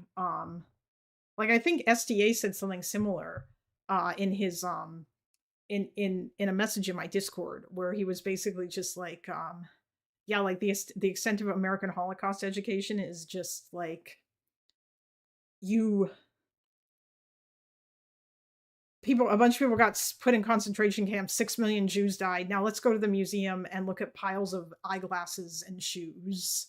And like that's kind of what they get, and that's it. That's all you learn. And I did not learn the extent of it really, or like how bad it was, or the scale of it, or any of that until I went to university and took a class on it, because that was the extent of the education that we got. which is kind of crazy. And it just, but yeah, so like Bada Venata doesn't know anything about it either, if that was how he was going to summarize it. A bunch of people got deported to like concentration camps where they did forced labor, and like people got gassed and 6 million Jews died. Like that's not that's not an accurate summary of, or like, I mean, it is an accurate summary, but it leaves out so much that you do not get a good picture of it, you know. Irrelevant, but how much did the Holocaust know, or how much did the Allies know about the Holocaust during the war? Oh God, that is the short answer is that they knew about it. There were aerial photos of Auschwitz. Not only were there aerial photos, but they actually, like, there were people in the camps themselves who managed to escape and get word about it to to the underground, the Polish underground, and then word about that was smuggled out and went and got to the Allies. There was even someone who escaped from Helmno, which was one of the death camps, and he like talked about his experiences there and what they were doing there, and that made it into a report that eventually got aired on the BBC, on like BBC radio. So yes, people knew about it. The Allies knew about it in the West and whatnot. But I mean, yeah, like, did they care as much? It's kind of like Van Loven. None of my immediate family were survivors. My grandmother and her family were already in England by the war, but my aunt married into a family of survivors. The father was rounded up and briefly put in a camp briefly before being allowed to leave before the war broke out. And the mother got out on a kinder transport. Oh yeah, because they would have been like really, really young. My mother's side are all survivors, basically. My mother worked in a Holocaust museum. For us, it was always part of growing up. Yeah, my understanding is that if you are Jewish, then you will learn a lot about this. I don't know if Mizrahi Jews necessarily learn as much about it as like Ashkenazi Jews do, but there was a Polish spy who got captured in the camps on purpose to administer report everything. Oh, yeah, that was Witold Pilecki. He also got, I think he volunteered to go in there and then he escaped. And he did it on behalf of the underground. And yeah, he reported a bunch of stuff too. There were multiple cases of reports, yeah, of like people doing that sort of thing. But yeah, it wasn't like that was for Auschwitz. For Helmno was Helmno was the first one, because Helmno was also the first like death camp. But I guess to cut off Noah here, or maybe not. Maybe we'll let him keep rambling for. How much longer do they talk about this? Because, like, goddamn, 14, Jesus, it feels like it's so long that they just go on this. Like, how much more are they going to say? They're just going to keep repeating themselves and then keep doing the, oh, yes, we don't want to, they're just saying that because they don't want their feelings to be hurt. Al-Husseini proposed building concentration camps in Palestine if the British were defeated. Wow. Oh, you do? Oh, okay. Mizrahi Jews do learn about it. Thank you, Insomniac. Mizrahi, particularly North Africa, also. Oh, yeah. Because the Germans were there as well. I don't actually know as much about the war in Africa. I believe that was mainly between the. I was going to say it was mainly between the British and the Germans, but I think the Americans were there too. I also know that Rommel fought there as well, and so did Klaus von Stauffenberg, the guy who tried to assassinate Hitler in the July 1944 bomb plot, of which the movie Valkyrie is about. By the way, that's a good movie. Hello, kitty. You know what? I'm just going to let them keep talking, and I'll be right back because I'm going to feed the cat. Okay? BRB, guys. I can still hear them because I have headphones. Leftists. So if a Romani person went up to a Jewish person, I made this analogy last episode, but if a Romani person was, on Oh, right. I was going to say something. I got kind of sidetracked there. As far as the whole is the Holocaust unique thing, typically the Holocaust, that term, the Holocaust, is usually just used to refer to the genocide of the Jews, because that was that was like planned out, like and largely carried out. I mean, they killed 2/3 of the Jews of Europe. Like by the time it was over, there were 11% of Poland's Jews remaining. Like especially in Eastern Europe, it was particularly bad. So it's just like, is the Holocaust unique? I mean, yeah, in the sense probably that it was like, I would say probably it was the first like kind of genocide that employed like the methods that it employed. But it's not like there weren't other genocides after that weren't also like unique in their own way, because of the number of people that they managed to kill and like the rate and everything like that. But like it was pretty targeted and surgical in ways that that I don't necessarily like. Yeah, you can point to the Armenian genocide, which before then was definitely a big problem. But yeah. Oh, talk about March. Valkyrie's on my list of movies that we're gonna watch in the Discord at some point. But I mean, it's kind of silly to even just say, you know, like who was it worse for or whatever. Obviously, the Nazis went out of their way to kill the Jews, but they weren't the only group of people they were planning to kill. They were just the first priority. Like if you look at General Plan Ost or the Hunger Plan, like they intended to basically murder all of the Slavs, or rather to starve and enslave them, because they thought that they were inferior and they wanted to remove them from that whole eastern land so that it can become the Lebensraum, or living space, that the Nazis wanted. So it's kind of a like that's why like the Third Reich lasted 12 years, and if they'd managed to go longer, that's one of the reasons why I say that Hitler was definitely worse than Stalin, but not by much. You know, like Stalin is like one ladder rung down from Hitler, and it's a lot of it has to do with like the overall intent and the fact that baked into the whole Nazi ideology of like Aryan supremacy is like basically this idea that because these other people are inferior, this leads us to the notion that, well, we should just kill them. And that's not really like what motivated the Soviets to do a lot of the things that they did, although obviously there was a lot of hatred there for people on class grounds, and a lot of the times those people were then killed for that. Like the kulaks, for example, were attacked in a lot of ways, but there wasn't necessarily the same kind of intent. Like obviously Stalin intended to kill people in the purges. A lot of that was due to his own paranoia, though it wasn't necessarily entirely an ideological thing. A lot of that was just because he was incredibly afraid that he thought everybody was out to get him.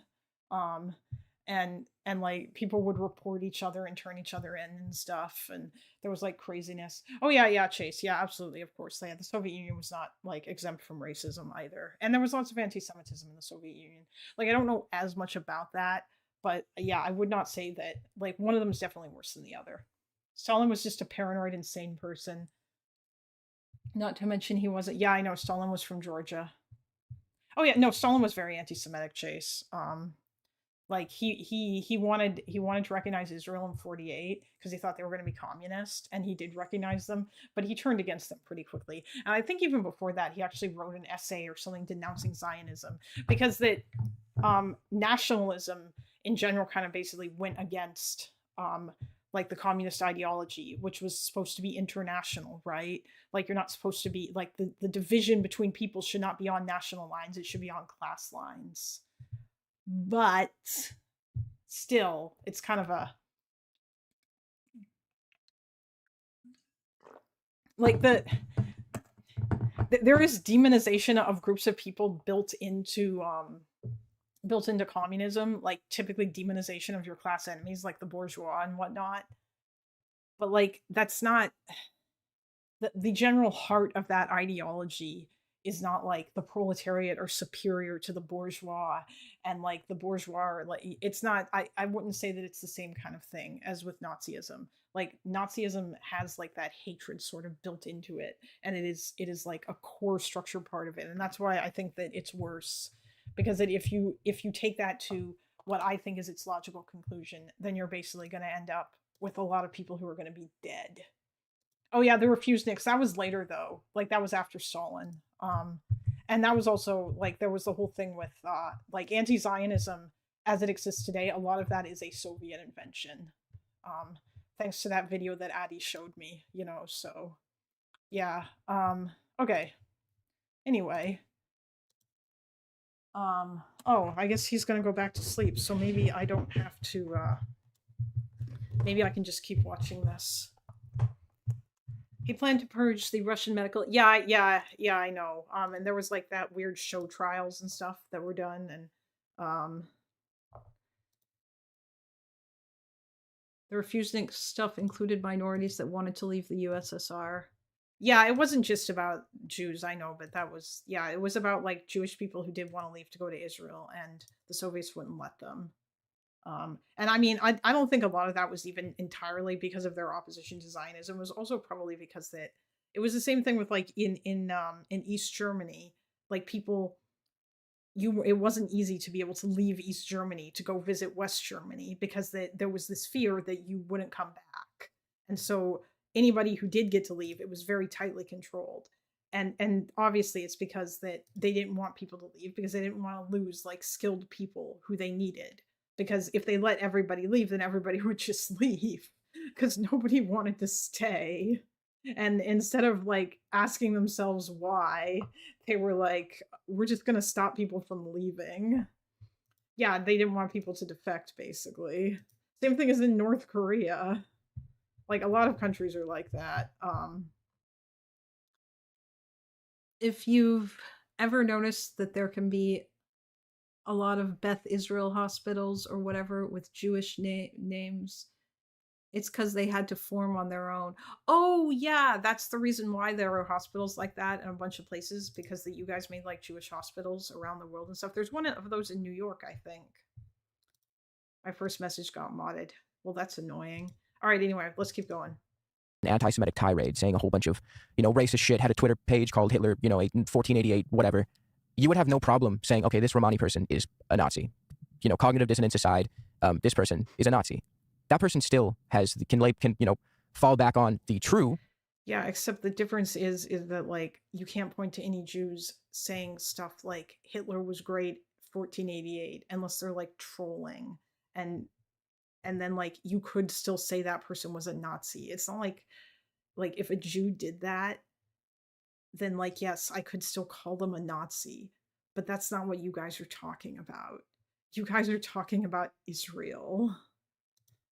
Claim that Romani people were persecuted in the Holocaust, but no one would really take that seriously as like a shield for criticism on their part. They wouldn't be able to, distance themselves from it and use that as like a protection.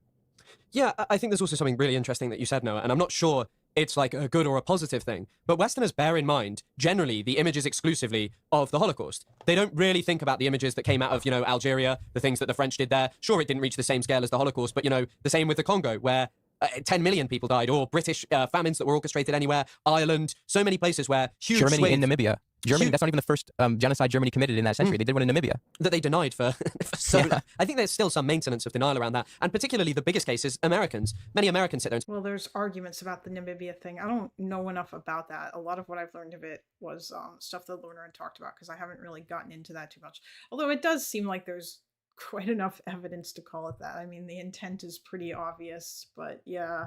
They don't make that comparison when, as I'm sure most, if not everyone who's watching this knows, there is a long-standing link between the Nazis and the Americans. Hitler spoke in the unpublished Mein Kampf about his second Mein Kampf, his admiration of the American regime and how they were a race state that was like worthy of admiration.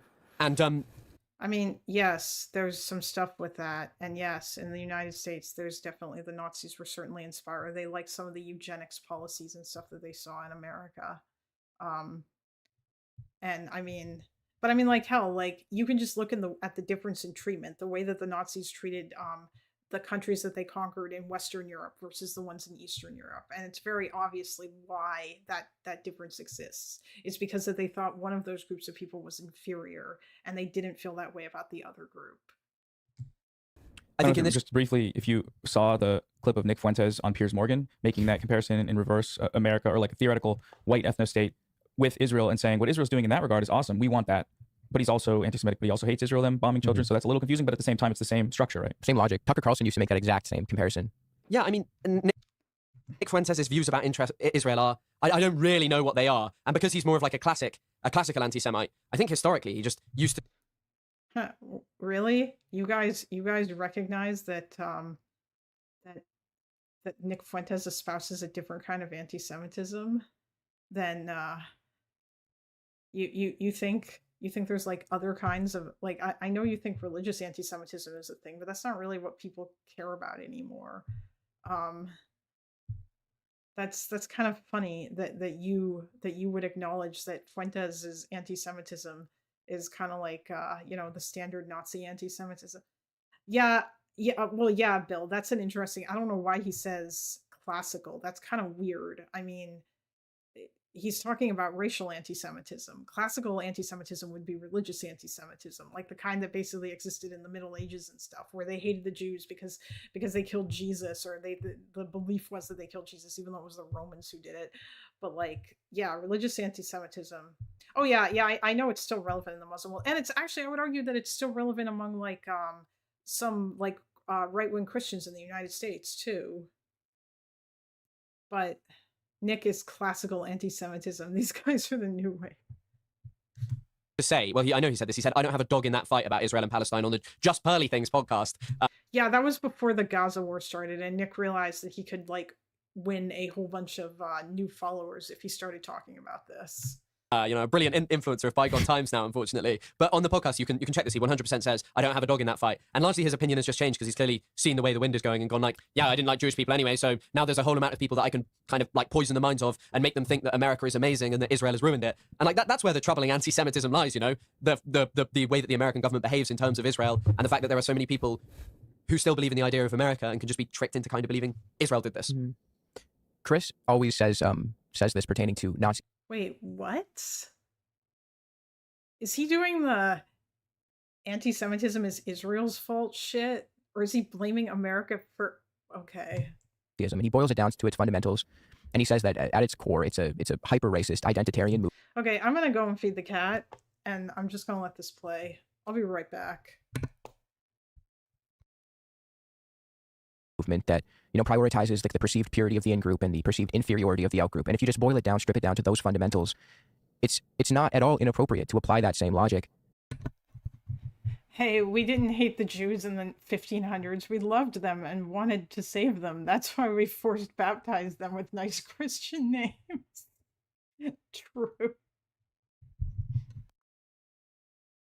To another analogous ideology. And I think Zionism, like if there were to be another ideology that could perfectly map on to what I just described, it would be Zionism. And to gatekeep that comparison behind this, pearl clutching of, oh, this is offensive, stifles the discourse. And it's a discourse that we should be having. If anyone in the audience hasn't read it, I would recommend The Holocaust Industry by Norm Finkelstein. That's like a good, interesting starting point as to, oh, camera turned off. One sec. Start talking about the Holocaust. Censor, man. Yeah, so the idea of like the unique position that Jewish people have due to historical suffering that exempts them from comparisons of previous genocides and committing previous genocides. And that in the Western cultural consciousness has a lot to do with the funding and proliferation of specifically Holocaust education for the aims of pro-Israel groups and for the aims of jarring up fear and narratives about anti-Semitism in order to justify Israeli colonialism. And I think the one crazy statistic is that post-Holocaust, I think 10 or 15 years post-Holocaust, there were only 2 English language publications written about the Holocaust. I don't remember if it was Raoul Hilberg and one other author. And it wasn't until the 1967 war that, due to American power interests, things shifted immediately. Funding went into it, and so much research was done, and so much public research in terms of like when they would poll people before, the significance among Americans and among Jewish Americans as well of the Holocaust was so much lower than it was as soon as American imperial power shifted and said, we're going to ally. Is this guy saying, hold on, is this guy saying that like more Holocaust education came about as a result of Israel? What the fuck?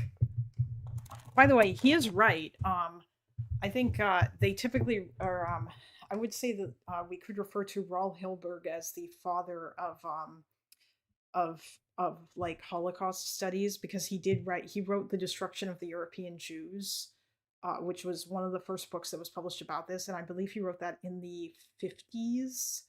But like, that's...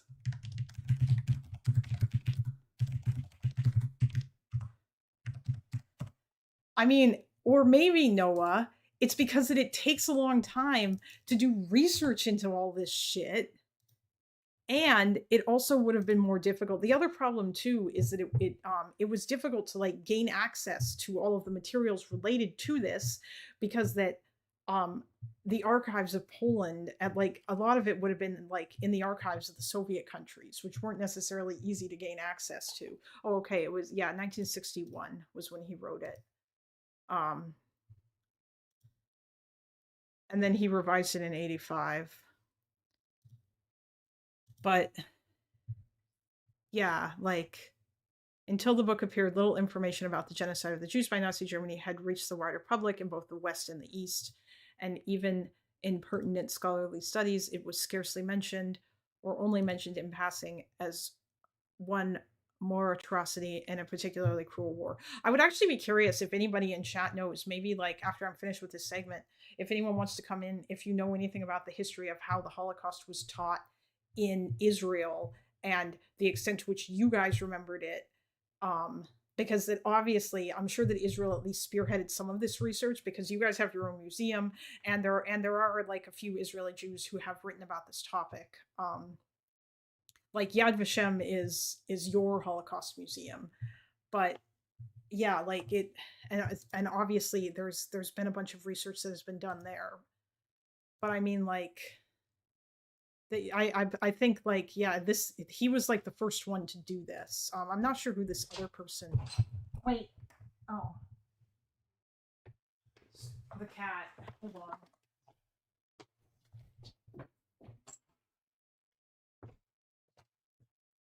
I'm at my parents' place. There was a lot of shame around it for decades. It was so people weren't talking about it. But yes, Funky, and yes, Shay, yes, Noah is essentially doing like another version of JQ here, and like this is the same. Like I heard him, I was listening, and of course I was not surprised to hear him mention Finkelstein.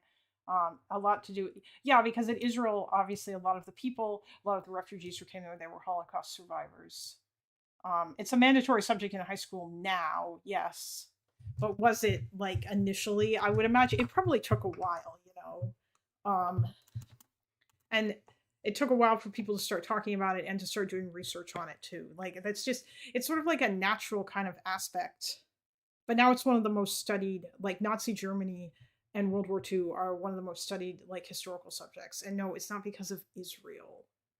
Like, yes, obviously Israel cares about it because it's something that happened to Jewish people. But it's like saying 9/11 education only started 20 years later. Is because there wasn't really a need to teach people who were alive at the time. Yeah, that's also true, right? Like it's just sometimes these things take a long time.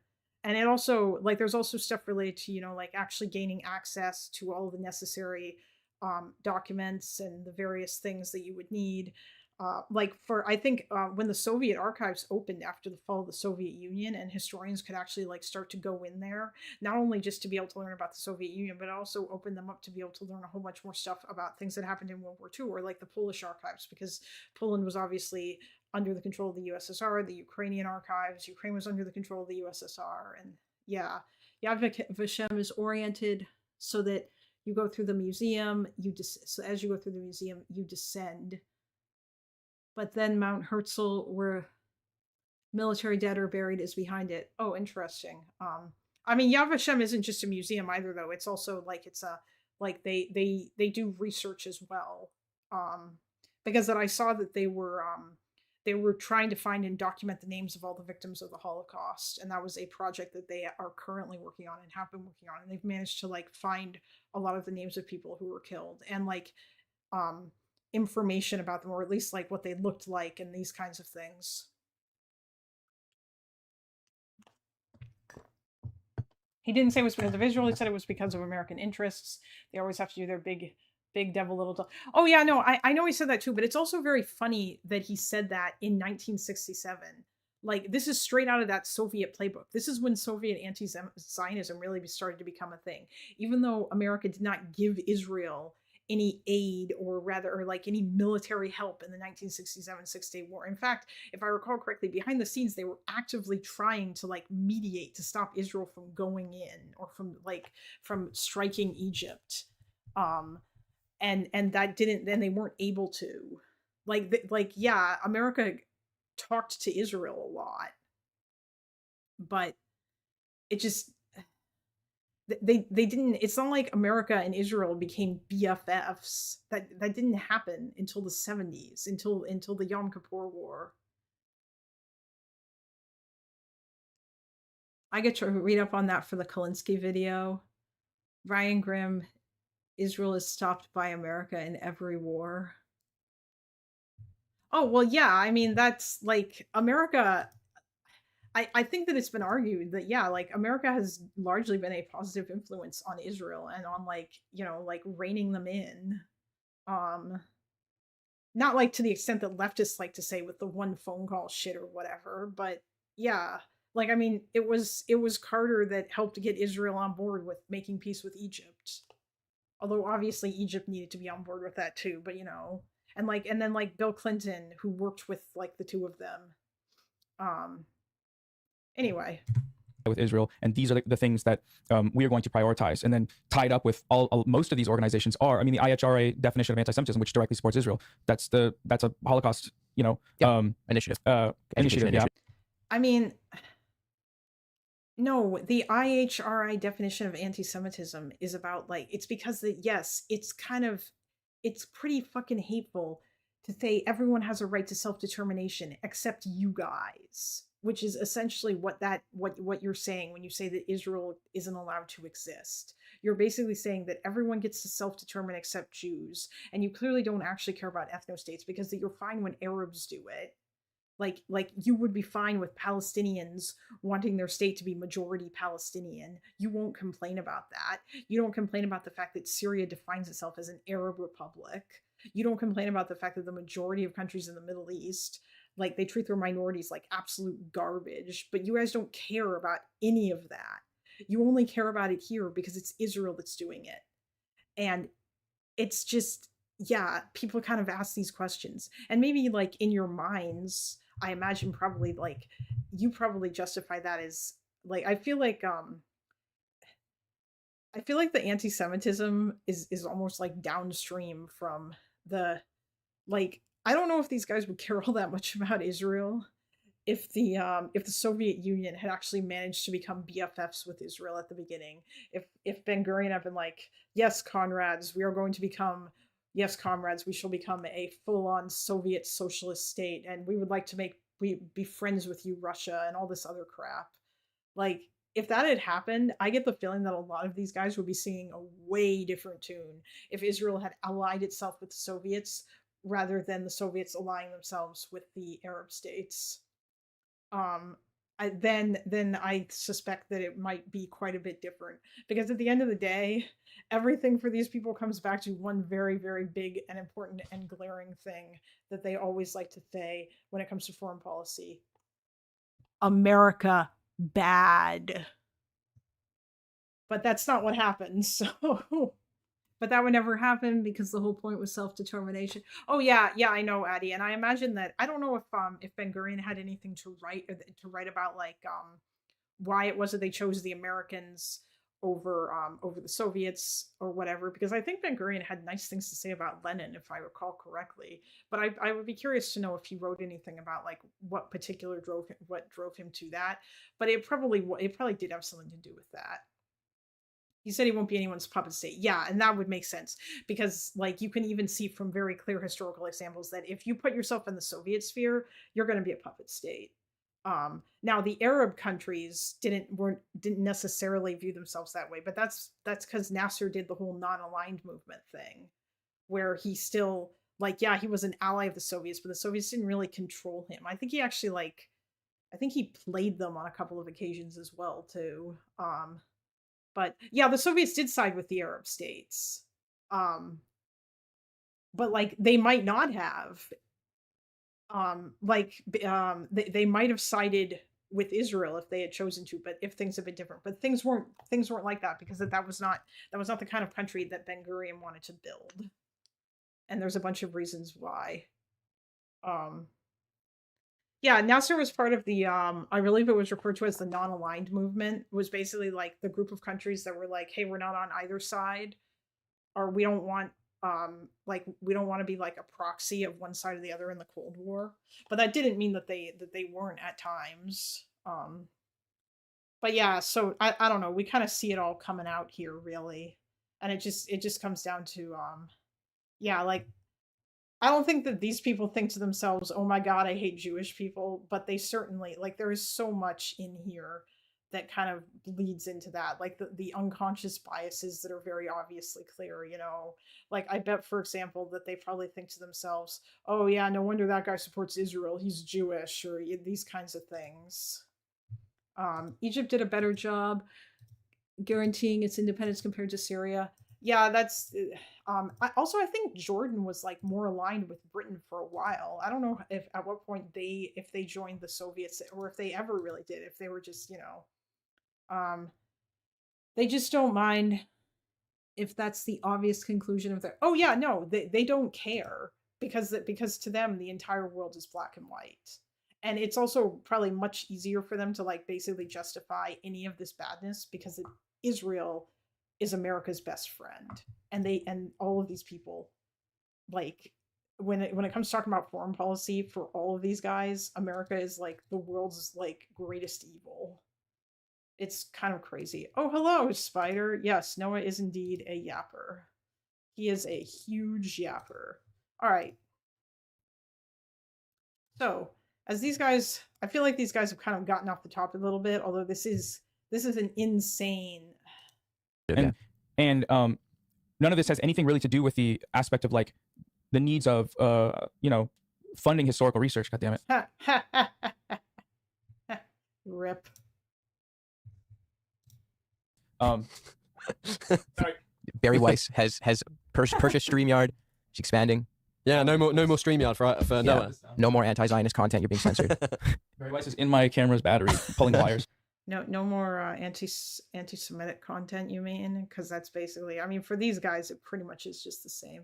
We don't have to watch more after classical anti-Semite. Yeah, well, I mean, okay, so I guess to further go along from that, Noah Samsen has smugly declared, oh yes, I do, I have a Patreon. I've linked it in the pinned comment to my chat if you guys want to give me money, because I'm not yet monetized on YouTube. Compensate her for suffering for our entertainment. Yeah, well, now you guys are about to suffer, potentially. So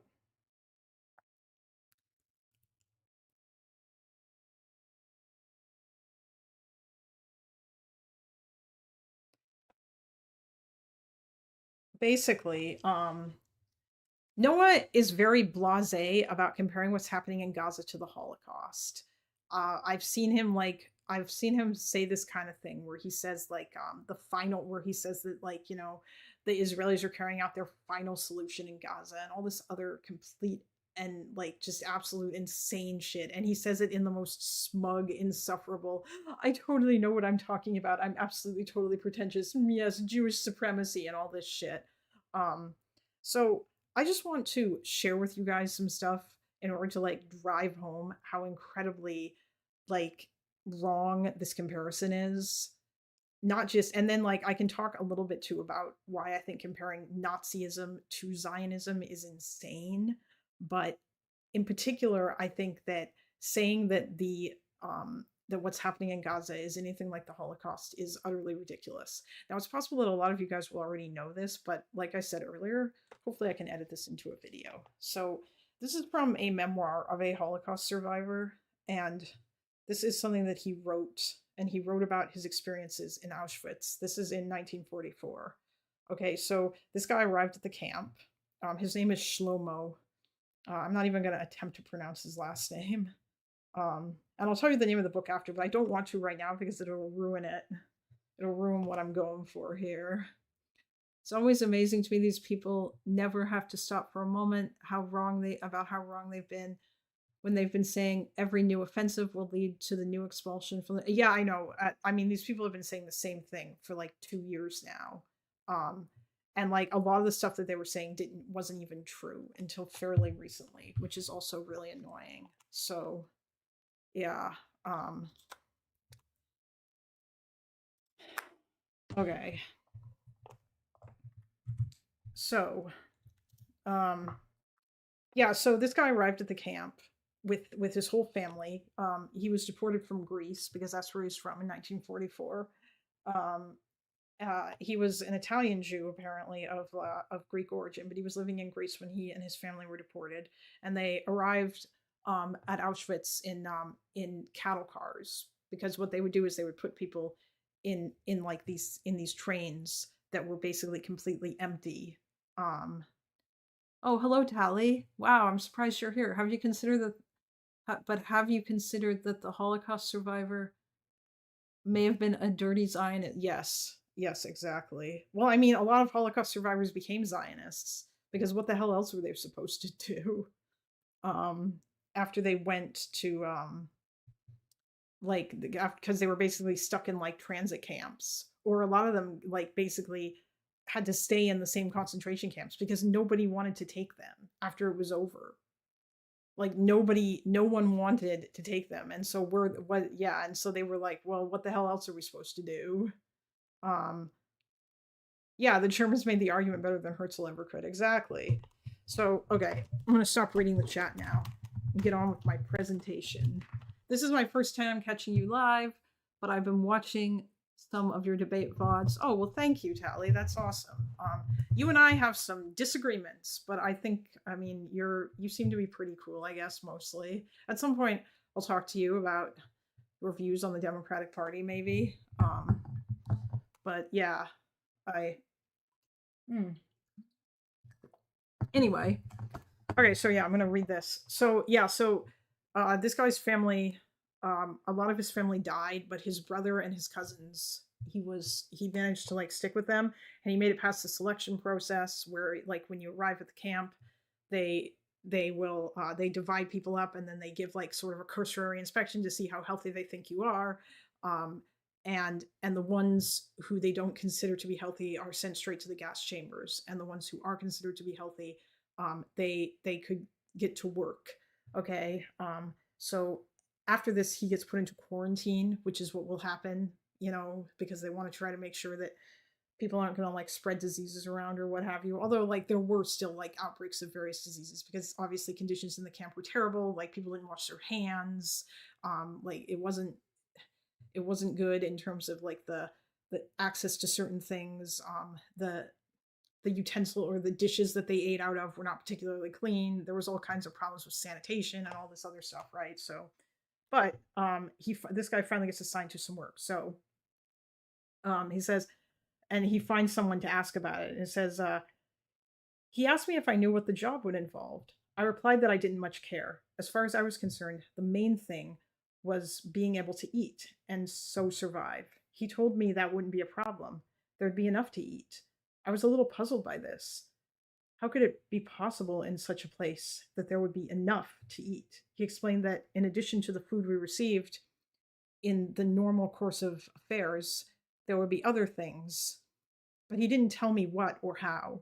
Then he asked me if I knew the name of the commando to which we had been assigned. Since I didn't have the slightest idea, he told me we were in the Sonderkommando. What does Sonderkommando mean? Special detachment. Special? Why? Because you have to work in the crematorium, where the people are burned. As far as I was concerned, one job was the same as any other. I'd already got used to camp life. But at no time did he tell me that the corpses to be burned were those of the people who were still alive when they entered the crematorium. He told me that all the people in the Sonderkommando were regularly selected and transferred to another place, that this would happen every 3 months. For the time being, I didn't realize that the words selection and transfer were euphemisms that actually meant elimination. But it didn't take me long to realize that we had been incorporated into the Sonderkommando to replace former prisoners who had been selected and killed. Okay, so And then I have more from this guy's experience. Let's see here. I think I had some stuff that I had highlighted. Because I don't want to go on too long with this.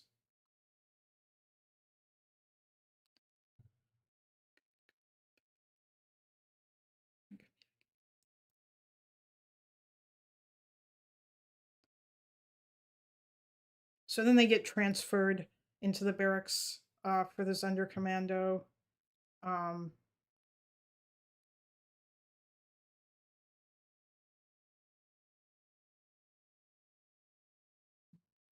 the first day, they sent us to the crematorium, but we stayed in the courtyard without going into the building.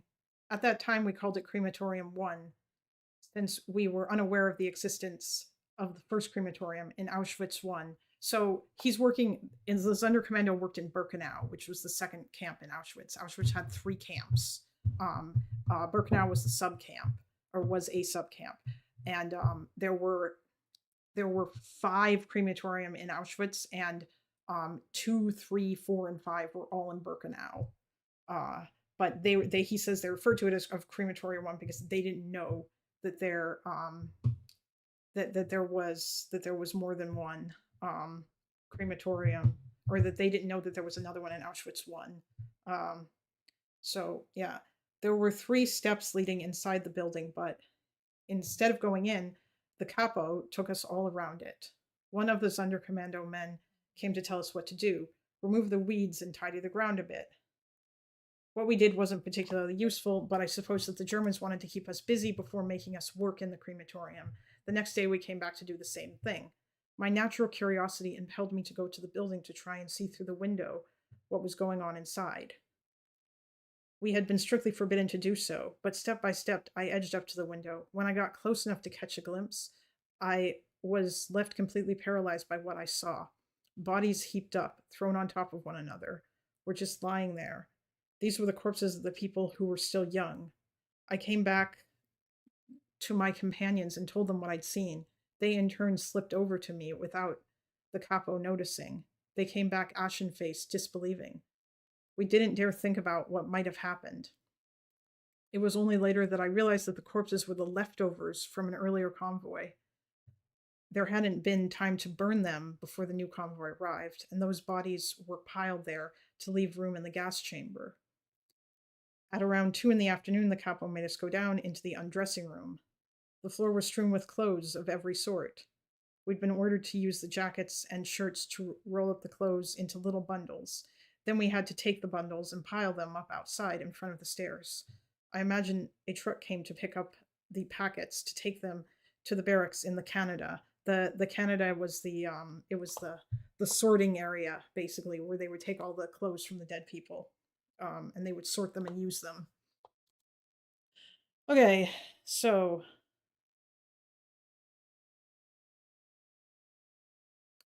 then he has to go and work in Bunker 2, which is a gas chamber, or they refer to it as the White House. There were 2 bunkers that were outside in Auschwitz. The rest of the gas chambers were all attached to crematorium, but there were two buildings in Birkenau that were outside, Bunker 1 and 2. Yes. This is Christmas content. I know. I'm so sorry, Short Stack Goblin. I'm not really reading the chat right now because I'm trying to, but okay. At around 5, the capo ordered us to assemble. We obviously assumed that at this time in the evening, assembly meant we'd finished that laborious day's work, but unfortunately this wasn't the case. We came back out of the crematorium, but instead of turning right to go back to the barracks, they made us turn left through the little forest of birches. I'd never seen this kind of tree in Greece, but in Birkenau, they were the only trees one saw surrounding the camps. As we walked along the path, all we could hear was the wind whistling through the silvery trees. All of a sudden, murmurs started to reach us from behind. To begin with, the noise was very faint and far away. We came to a little house I later learned, as I later learned, Bunker 2 or the White House. Just then, the murmuring of human voices became more intense. And then this whole book, by the way, is sort of written almost like an interview where somebody asks a question and then like he writes and answers a question. Can you describe Bunker 2 as you saw it? And so he talks about Bunker 2. It was a small farm with a thatched roof. We were ordered to stand opposite one side of the little house near the road that ran in front of it. From where we were, we could see nothing, neither on the left nor the right. Dusk was falling. The murmurs had become the distinct sound of people coming towards us. I was curious as usual and went across to see what was happening. I saw entire families waiting in front of the cottage, young men, women, and children. There must have been 200 or 300 of them altogether.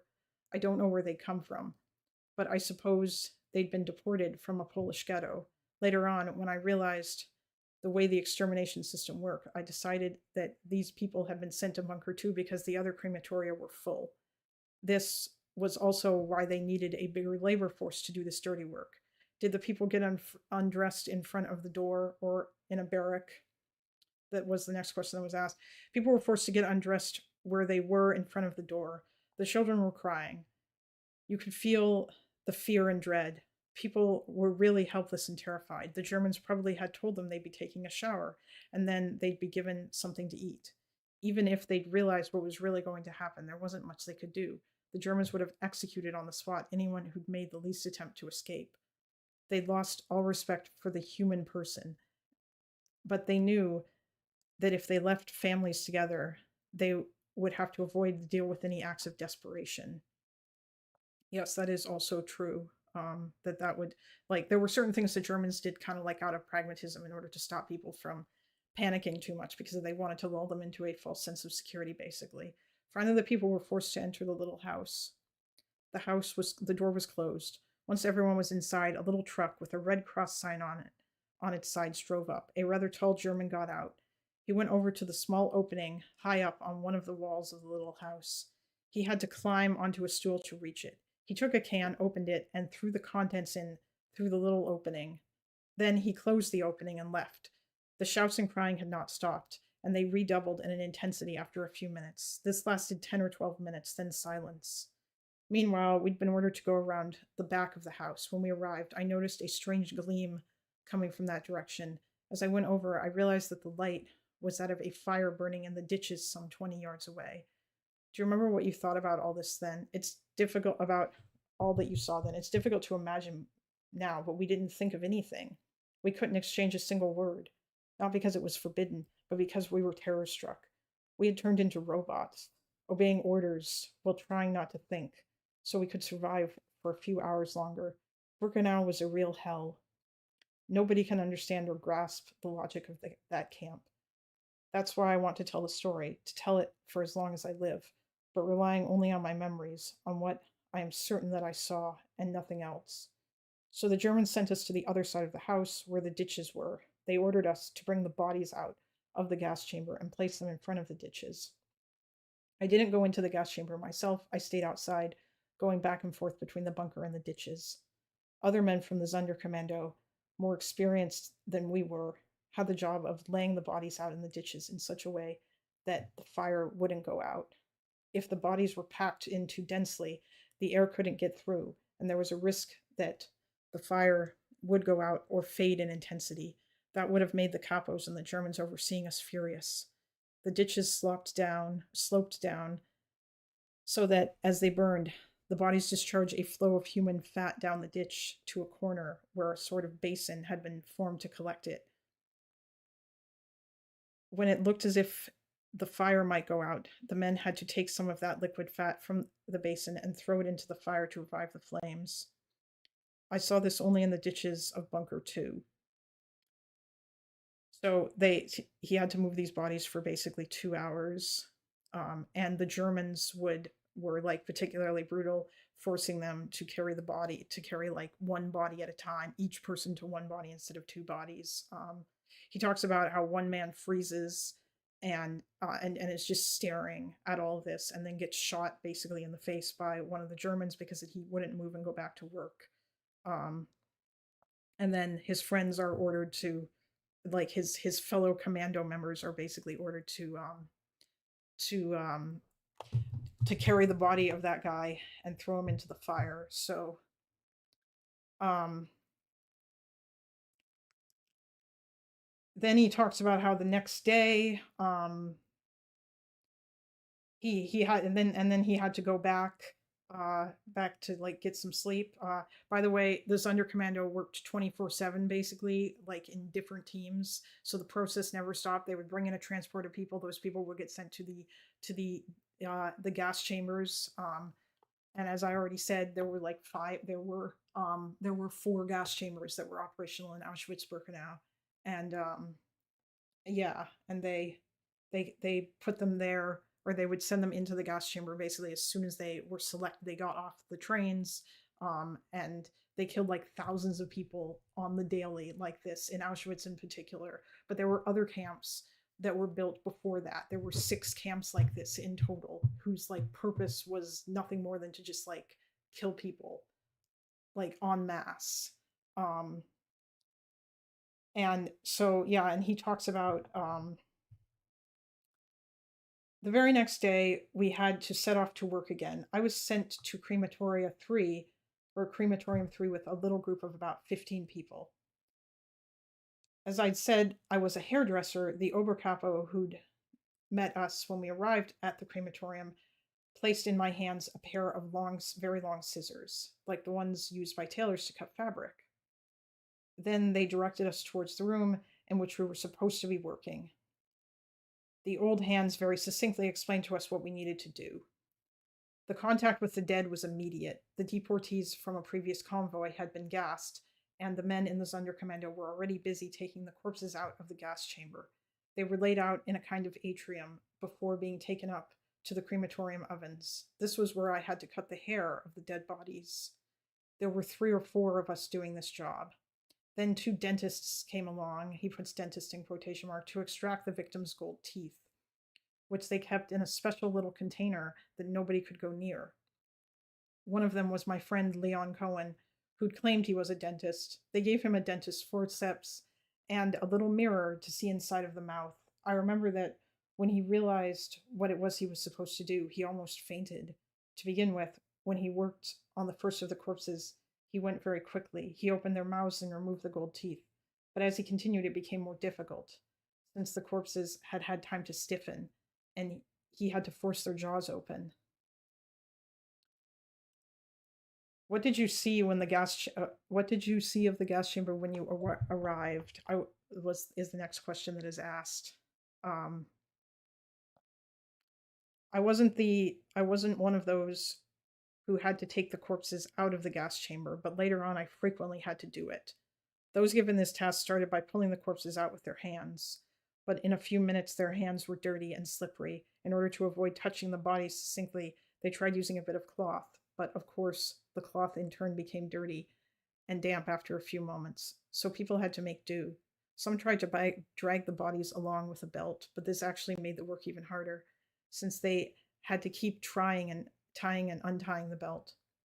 Finally, the simplest thing to do was to use a walking stick under the nape of the neck to pull the bodies along. You can see it clearly in one of David Olaire's drawings. So David Olaire is a Holocaust survivor who drew pictures in 1946 of his experiences in the Sonderkommando. And some of these pictures are included in this book. And even though I'm not sure if I should, I will show you these pictures. And hopefully YouTube won't get mad at me. There's also other pictures that I'm going to show you as well. But there was no shortage of walking sticks because of all the elderly people who were put to death. At least this meant we didn't have to drag the corpses with our hands. And this was hugely important for us, not because it was a matter of corpses, but because it was bad enough. It was because their death had been anything but gentle. It was a foul, filthy death, a forced death, difficult and experienced differently by each of them. Okay, and then this is more because I'm further driving on let's just check on the chat here. I don't know if you guys, Addie, I always knew they didn't, but my hubby and sisters didn't have them, and they went to Auschwitz from the Lodz ghetto, or I'm sorry, the Łódź ghetto towards the end of the war. The Łódź ghetto is, yes. I've never talked about this until now. It's such a weight. It's so heartrending that I find it difficult to speak of those visions of the gas chamber. You could find people whose eyes hung out of their sockets because of the struggles because of the struggles the organism had undergone. Others were bleeding from everywhere or soiled by their own excrement or that of other people because of the effect that fear and the gas had on them. The victims often evacuated everything they had in their bodies. Some bodies were all red, others very pale, as everyone reacted differently. But they had all suffered in death. People often imagine that the gas was thrown in, and there you were, the victims died. But what a death it was. You found them gripping each other. Everyone had desperately sought a little air. The gas was thrown onto the floor and gave off acid from underneath, so everyone tried to find some air, even if each one needed to climb on top of another until the last one died. I personally think, I can't be sure, but I think that several people died even before the gas was thrown in. They were crammed in so tightly against one another that the smallest and the weakest was inevitably suffocated. At a certain moment, under that pressure, that anguish, you become selfish, and there's only one thing you can think of: how to save yourself. That was the effect the gas had. The sight that lay before us when we opened the door was terrible. Nobody can even imagine what it was like. So yeah, essentially that's one. I feel like that was one of the things that kind of stuck with me when I was learning about this stuff initially, was the Sonderkommando and the fact that they were Jews who were forced to play a pretty essential role in like the Nazi extermination machine, basically. And these commandos existed in every single death camp. All 6 of them had them. At Nuremberg, one of the members of the Sonderkommando testified against the first set of at the first trial, and he talked about his experiences in Treblinka. And it's interesting that it would have been so good if they had put that in the Nuremberg movie, but they didn't. Might just be me, but that sounds slightly more intentional than Gaza. I don't know. Yeah, exactly. That's what I mean. That's what I'm getting at. Is like that it's horrifying, the fact that you are basically forced to play a role in the elimination of your people. And it's not just any role, a little role, it's an essential role. These people, like the Sonderkommando, not only did they facilitate helping to get people into the gas chambers when they arrived at the camp, which is something else that is talked about in here, but they also were responsible for dragging out the bodies and then burning the bodies, either in the crematorium or the open burn pits. In 1944 at Auschwitz, there were so many, like there were the influx of the Jews from Hungary. Actually, it made it like the camp got so overwhelmed with the number of people that were arriving that they had to break out the White House, as he talked about in here, like this bunker, and then they were burning bodies in pits because they had run out of space in the crematorium. He also talks about how they were out of commission for 2 days at one of the crematoriums because it broke down, because it got overheated, because they were running this 24/7. People would arrive in the middle of the night and there would be a Sonderkommando there ready to do this work. And so yeah, like you can just kind of imagine like how utterly horrifying it must have been.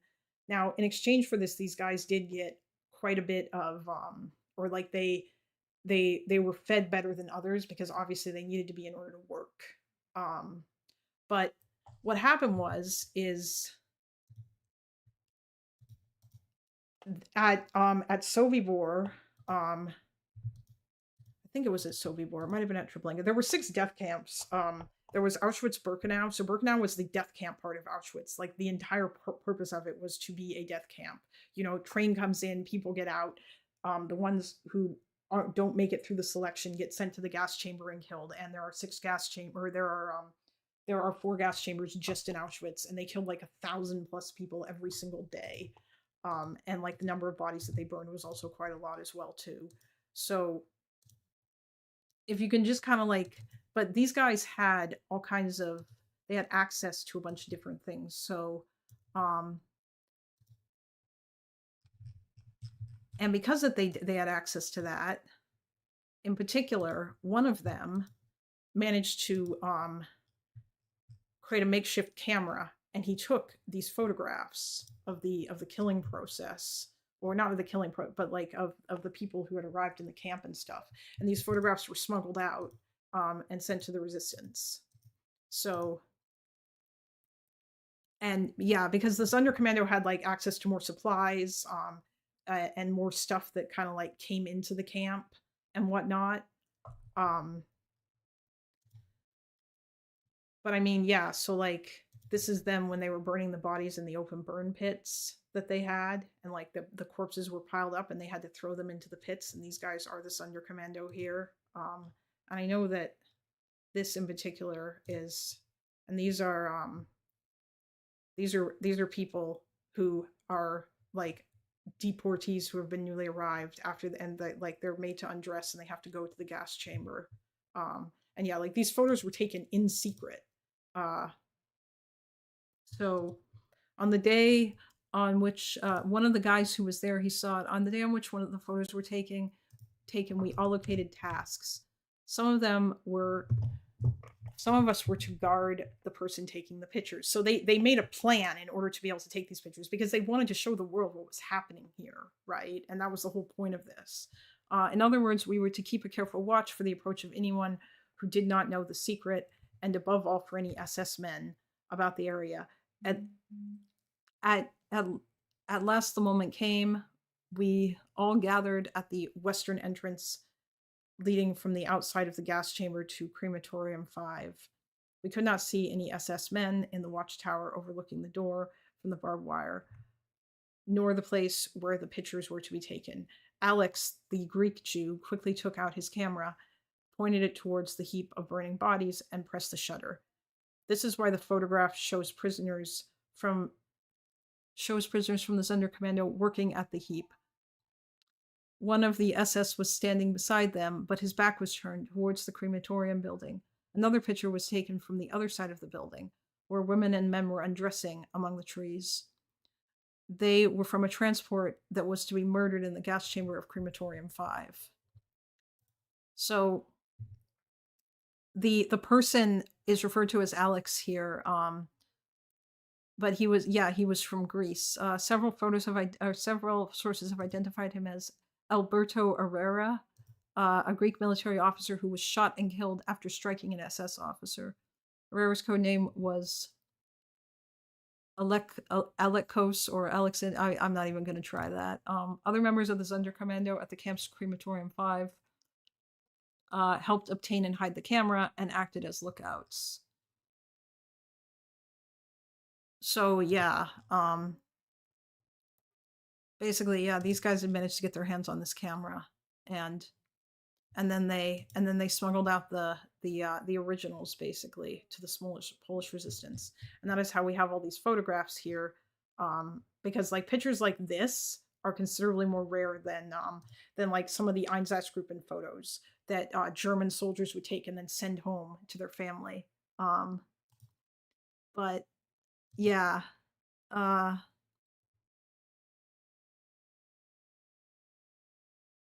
Vanna Loven, so I just assaulted my cat with 1,000,000 kisses. Did I miss anything? This was rhetorical. Don't answer that. Oh, I see what you did there. What's wrong with Alexander? Listen, short stat goblin. Okay, I am a white North American person. I don't understand your European names that are hard to pronounce, all right? You guys all should have seen poor Mr. Bombastic as he attempted to get me to pronounce Polish names properly. and then eventually we finally went back to, you know what, just keep saying Helmno because it sounded closer than whatever the hell you were saying as he was attempted to try to yeah.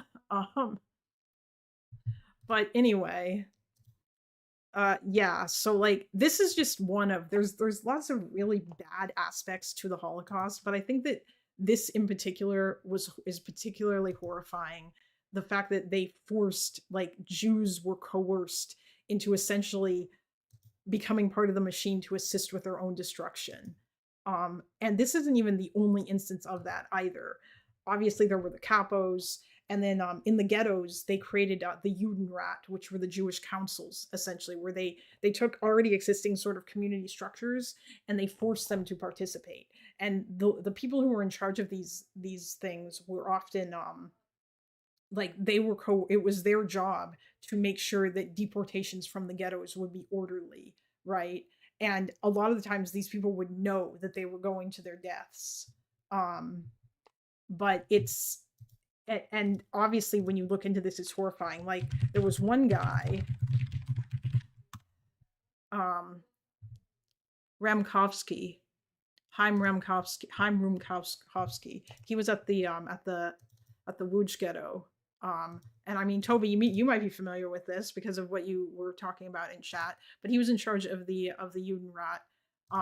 And he facilitated the deportations of all of the people from the Łódź ghetto to Auschwitz. He was actually beaten and killed by the Sonderkommando when they arrived as revenge because he participated in this whole thing. But like, it's so complicated in terms of his participation in this, because it's like it's kind of like an impossible choice in a way,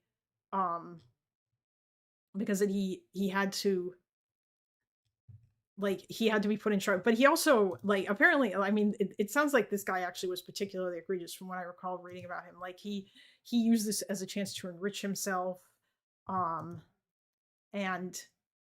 like, but he knew about the final solution, and he gave a big speech, "Give me your children." On German orders, Rumkowski delivered a speech on September 4th, 1942, pleading with the Jews in the ghetto to give up children 10 years of age and younger, as well as the elderly over 65, so that others might survive. Horrible, terrifying wailing among the assembled crowd could be heard. Reads the transcriber's note, in his parlance often referred to as "give me your children." Some commentators see the speech as exemplifying aspects of the Holocaust.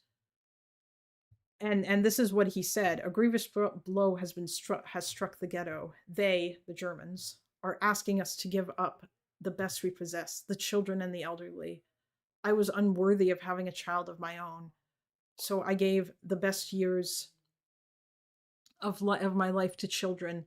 I've lived and breathed with children. I never imagined I would be forced to deliver this sacrifice to the altar with my own hands. In my old age, I must stretch out my hands and beg, brothers and sisters, hand them over to me, fathers and mothers, give me your children."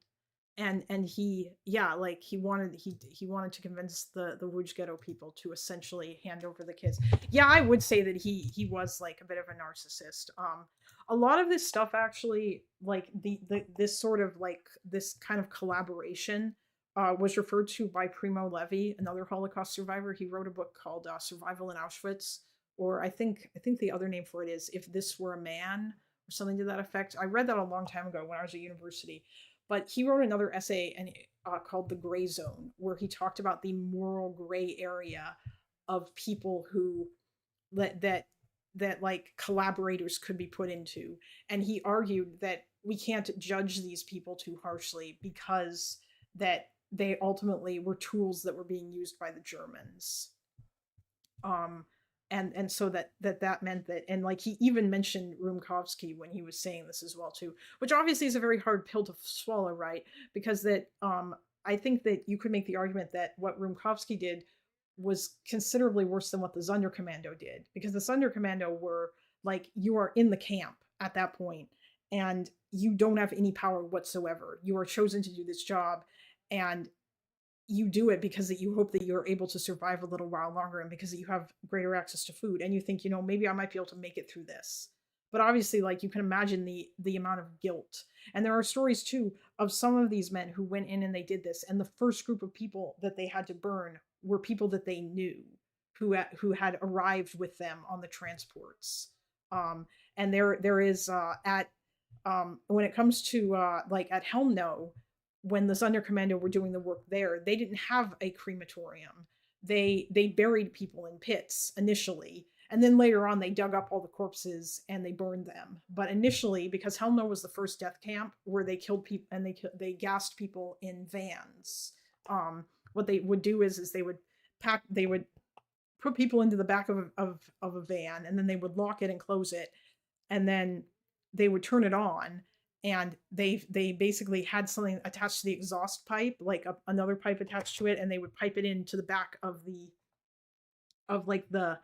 to the back of the van, basically, in order to make it so that and they would kill these people with the carbon monoxide of the gas that was coming out of the car. And it would take like a few minutes to do it.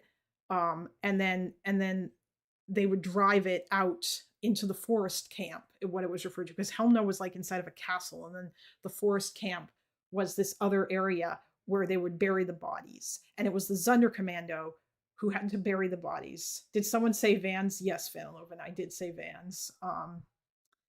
But oh yeah, Addie, it took them a while to come up with this, actually. Yeah, they did. Like, this whole method of killing was invented or was like come upon because they realized that shooting people, like taking them out in the woods and shooting them, was taking a psychological toll on the perpetrators, on the men who had to do it. And it was considerably more impersonal to have an SS guy basically come up and like dump a can into a hole, because then you don't have to look the person that you're killing in the face. And it was always the SS who actually did the actual killing.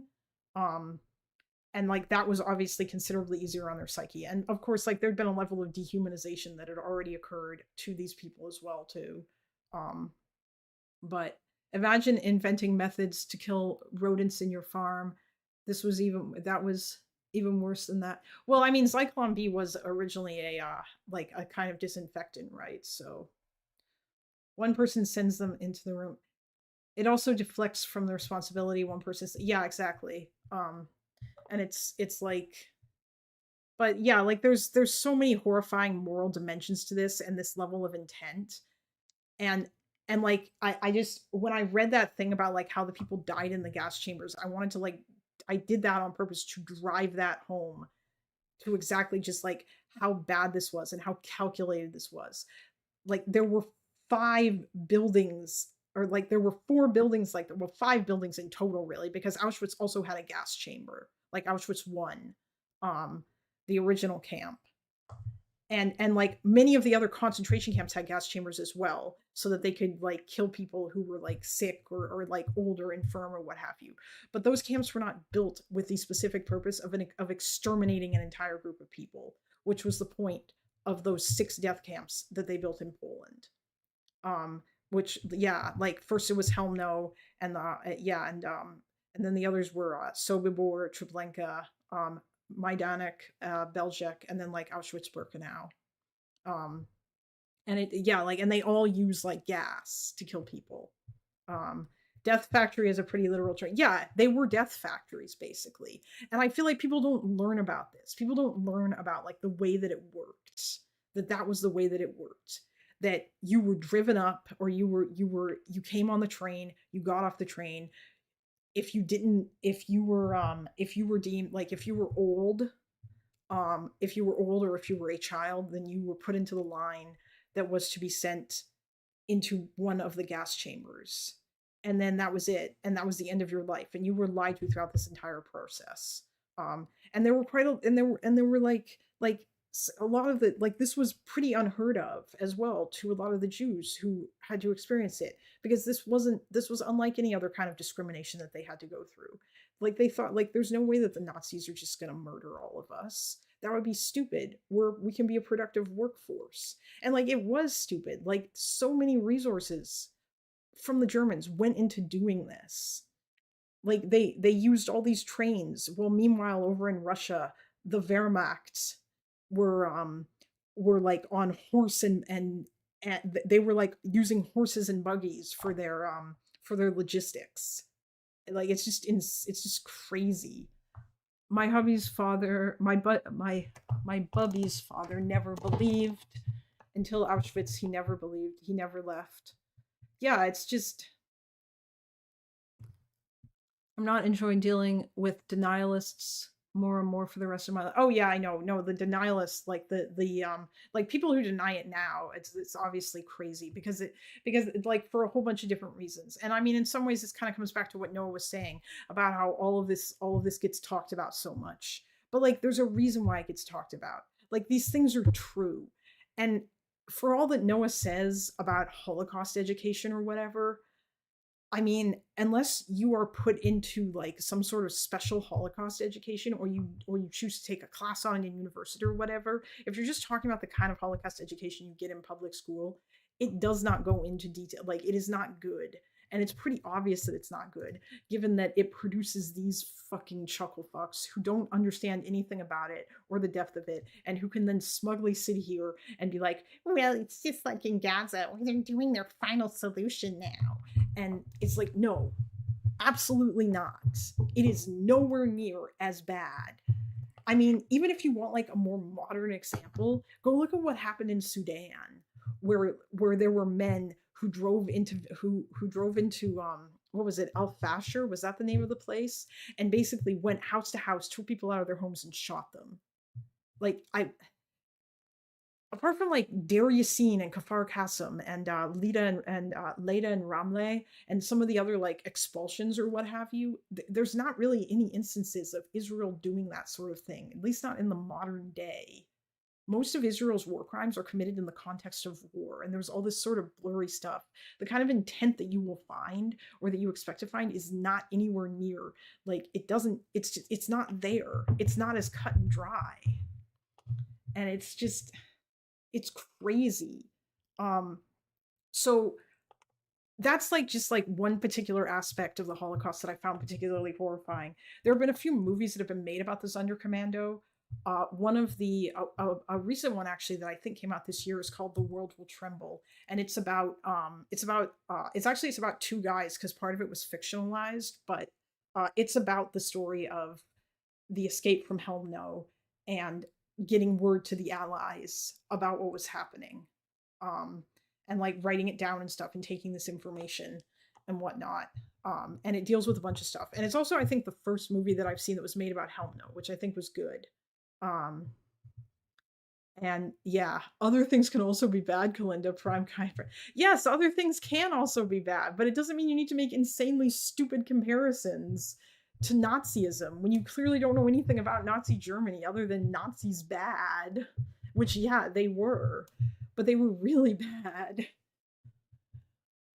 Well, there's a very stupid case of reported instances of the use of gas and water to weed out fighters from the tunnels in Gaza. Oh no, the inequivalent. Oh yeah, I mean, yeah, but that's not like they weren't doing that to kill them. I mean, that doesn't even make any sense, because they couldn't. I'm assuming they weren't doing that to kill them, were they, Bomber? Because then they could have risked killing their hostages. But I mean, even so, like, you know what? Even if they decided to do that, because I don't think that Hamas has any more hostages. I mean, aside from the fact that I'm pretty sure that is, I think that's a war crime, isn't it? Because I believe that there is rules against using chemical weapons, but it seemed to be ineffective. Yeah. And like, does Mengele ever come up with these guys? Oh, I don't think that he does. Oh, that reminds me. With regards to like Dr. Mengele, so another movie that and there's also a memoir as well for this. Another really good Holocaust movie is it's called The Gray Zone, which is named after Primo Levi's essay that I mentioned a moment ago, and is also about the Sonderkommando. But it's about the October 1944 revolt that the Sonderkommando engaged in Auschwitz, and they managed to blow up one of the crematorium. Because these guys had more access to things because they had greater privileges, and they were able to basically, through communications, they were able to get munitions smuggled to them that they could use in explosives, because that in Monowitz, or Auschwitz III, which was where the IG Farben factory was, there were women and men there, like forced laborers, who were building shells for the German war effort.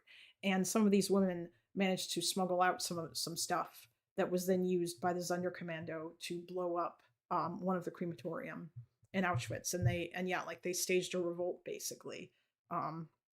At Sobibor, they did something similar as well. Then and they escaped. There was also some Sonderkommando members managed to escape, but they didn't all die. But yeah, like, so that's kind of an interesting. And there was another Jewish guy who became an assistant to Dr. Mengele, he was a doctor, and he was there for that revolt. And he's a character in the Gray Zone, and his book was at least in part used as it was one of the sources for that movie. But wasn't there an escape from Treblinka? I think so. I believe there were revolts at all of the camps, actually.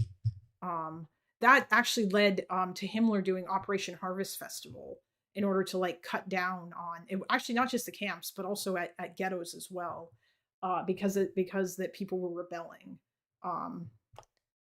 And so like the Nazis decided that they needed to like kill a bunch more people in order to prevent that from happening. But I think there was a revolt at Treblinka. Yeah, there was. Yeah, there was an uprising. And it was, I believe it was also done by the Sonderkommando.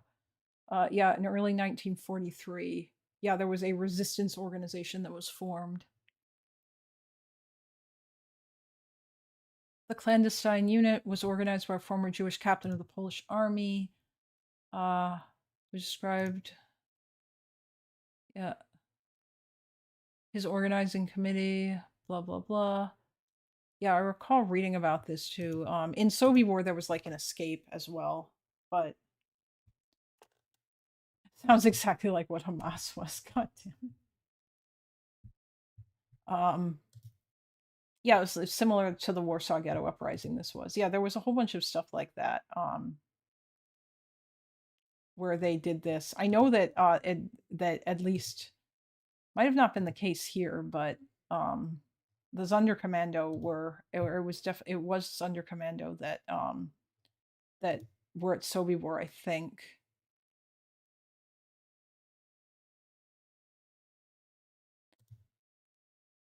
But yeah, like it was Operation Reinhard was also something that was started. That was in like 1943, and that led to like the extermination of many of Poland's Jews, mainly in the general government. When the Nazis took over Poland, they kind of split it up. And a large part of Poland, at least after they took, especially after they invaded the Soviet Union, there was a part of it, they called it the general government, and the guy who was in charge of that was named Hans Frank. And he was at the Wannsee conference where they decided that they were going to kill all the Jews. Conspiracy, the HBO movie, is a really good film that goes over that as well too.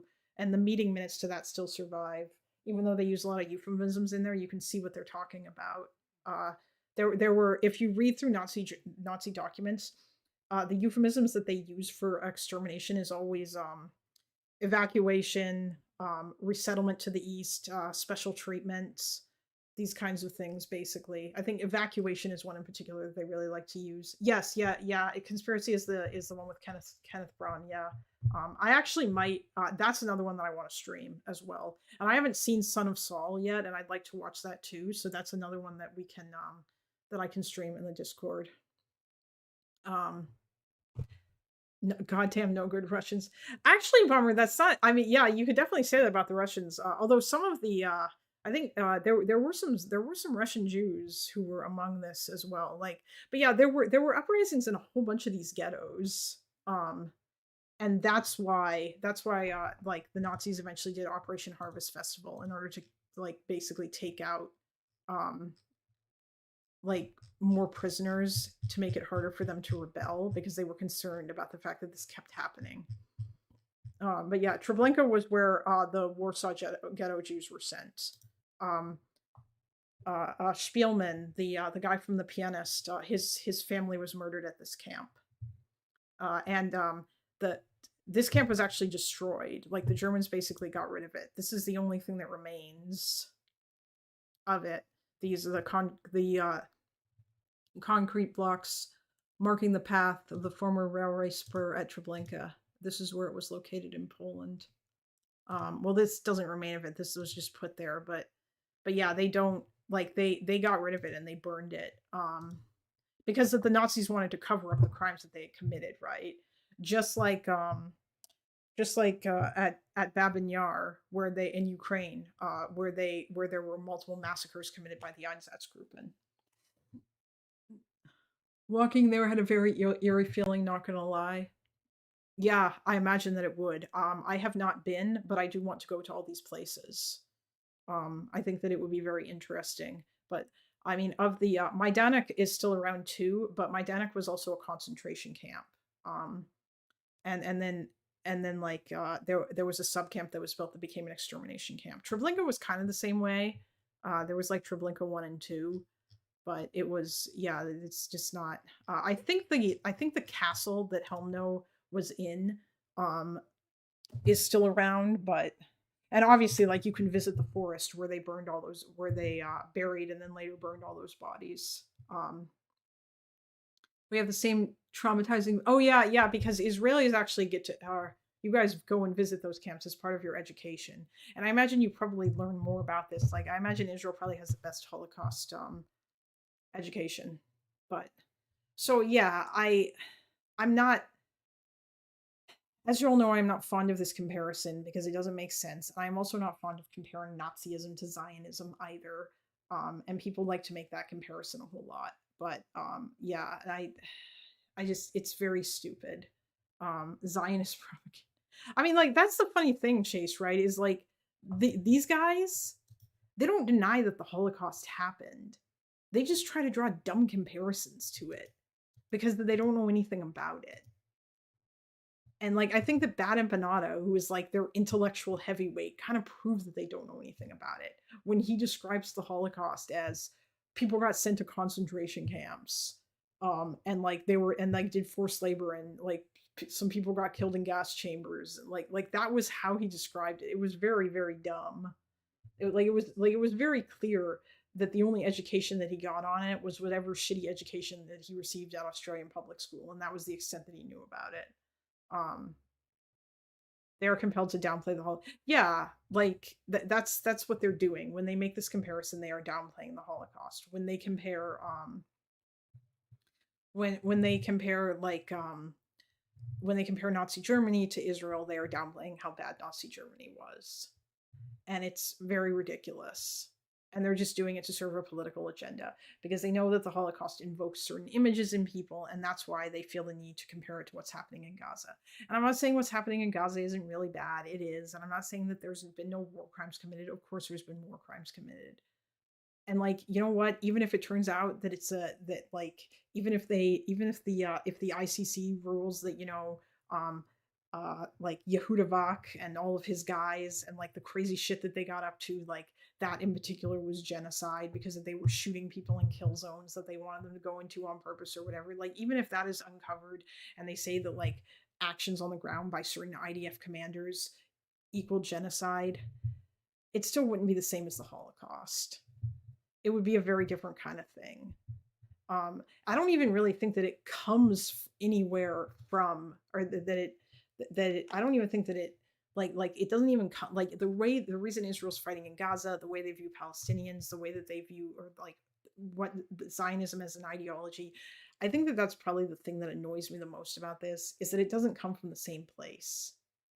Like the Nazis, when they create, or like Hitler and the Nazis, all of that came out of like this sense of persecution that was based on, I would argue, a lie. Like it was a lie that was essentially it was like this notion that Germany got like done wrong, and he couldn't possibly imagine that Germany lost the war on their own, when really, yeah, it was a war of attrition, and whoever ran out of like resources, and I count people as resources here, were going to lose.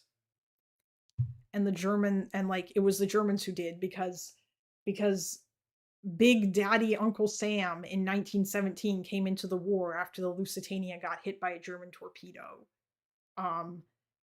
And that was what propelled ultimately the Allies to victory, is because another country that had lots of resources and lots of young men to offer came in. And yeah, like the war could have continuously gone on for way longer than that had that not happened, but it did. And the Germans lost. Like they just lost the war. And obviously Hitler and all of his other people couldn't fathom that that was why. And so it had to be because of their scapegoat, the Jews. Yeah, the Lusitania. Yeah, that was the ship that was it was hit by a torpedo. Am I remembering this wrong? This is like old. It was an American passenger liner. The Nazis, the Germans were shooting at they were sinking like merchant ships that were taking supplies. And the sinking of the Lusitania was, I believe, an accident, because they didn't mean to. I don't think that oh wait, no, this was a British. Oh, or did it have Americans on board? That might have been it. I think that it's because there were Americans on it. Though reserved for conversion as an armed merchant cruiser, Lusitania was not commissioned as such during World War I, but continued a transatlantic service, sometimes carrying war materials, including a quantity of .303 ammunition in her cargo. The German submarine U-20 hit her with a torpedo on the 7th of May, 1915. Maybe, or was that? Oh, wait, no, I'm not wrong. The sinking killed more than 100 U.S. citizens and significantly increased America's public support for entering the war, which occurred in 1917 with the United States declaration of war on Germany. Okay, geez. I thought my memory was fucked there. You guys were making me doubt my what things that I remembered.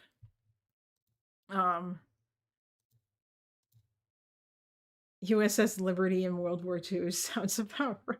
No, it was not the USS Liberty. Yeah, it was the Lusitania. Yeah. I didn't realize that it was in 1915 though that this happened. It took the Americans a while to jump on in. But I guess that maybe it took a bit for this information to come out. But yeah, that's where they joined the war essentially. But yeah, so like Nazism and Zionism come from completely different places. And one of them is based on a lie, and the other one is based on like a desire for self-determination. And also, it doesn't even make sense to compare the two of them, because the Germans already had a country and the Jews didn't have a country. And yeah. The Black Tom explosions caused a massive rift against Germany in late 1916. And later, when they found out who it was, caused a massive rift against Germany. Oh, in the US? We were very isolationist and had a huge German. Oh yeah, I know. Yeah, the U.S. was quite isolated. The back and forth pull of isolationism in American history is long and kind of interesting. Oof, you just made it sound like Zionism versus Palestinianism. Wait, what? Wait, hold on. I don't like that term Palestinianism, Bomber. I don't like it at all. Because oftentimes people who say that, at least from like what little I've been hearing, I mean, maybe you view it differently, but I don't like that term. And the reason why I don't like it is because people who often say it think that Palestinians aren't real, or that the entire creation of Palestinian as an identity is just it was just invented by Yasser Arafat to fuck over the Jews in order to attack Israel. And I know that there is some stuff about that, but like even so, I think that's unfair. To like say that and then use it to like oh no, I'm with you, it was for the joke. Oh, okay, fair enough. I don't know how right-wing you are. Palestinians are just a nightmare I had last night. Oh my god. It's like the people who put Palestine in quotation. Yeah, yeah. If I when I encounter like hard right Israeli Jews on Twitter or whatever, or I will often know that that is the sort of person that I'm talking to if they put Palestinian in quotation marks. Yeah. Oh yeah, yeah. Both sides. Yes, yes, yes. You are both sides. Or I forgot. Yes. Um. Yeah. Anyway, Addie, are you still here? Did you want to come in and give us a palate cleanser? Now that we've discussed incredibly depressing shit, and I've shown you some photographs. Excellent. All right, just a second. Let me oh, about Hanukkah. Remember? We're going to talk about that. How many minutes are you into the Noah Samsen thing? Oh, I'm not watching this entire thing. I just wanted to use it as a jumping off point so that I could rant angrily about how much Gaza is not like the Holocaust, and then talk about one particular really bad aspect of the Holocaust. And like, believe me, there's like a whole bunch of stories as well too that one could go into with regards to discussions about the Holocaust too. But I think that like that in particular, and there's also other forms of collaboration too. I was gone for the last hour, so I don't really know what's happening. Oh, Chase, you'll have to watch the VOD later. I do want to make a segment about this. I didn't see it. I assume it was. Oh, actually, you know what? Before we continue with this, I do want to watch what he has to say about Ethan Klein.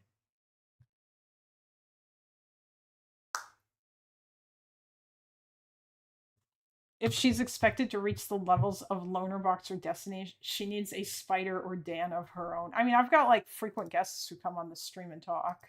There are people who have rooms in the Discord. There's a new short Laserpig video about the Trump class that's listed. Yeah, I know, I saw it. It was funny, Pat. I was very entertained. I always appreciate Laserpig's perspective because he knows lots of stuff about this. Okay. I just want to see what he has to say about the Ethan Klein stuff. No one breaks his silence on the Ethan Klein lawsuit. Patriation. Are you Hold on.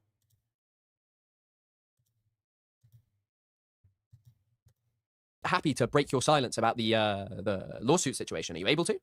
Yeah, I mean, no, I'm not getting sued. I was never getting sued. I guess that's where like the confusion is, because according to him, like you were about to fucking lose your house. You were back to the ropes. Yeah, I wasn't aware that people, because I thought I made it pretty clear in my video that he hadn't sued me, and I guess because he continues to tell, well, because he sued those other people are assuming he sued me. But no, he just spent like 3 or 4 months kind of like harassing me and telling me he was going to take all my money and like make me, poor, and make me like, on the street begging or whatever. And you can move in with me if that happens, by the way.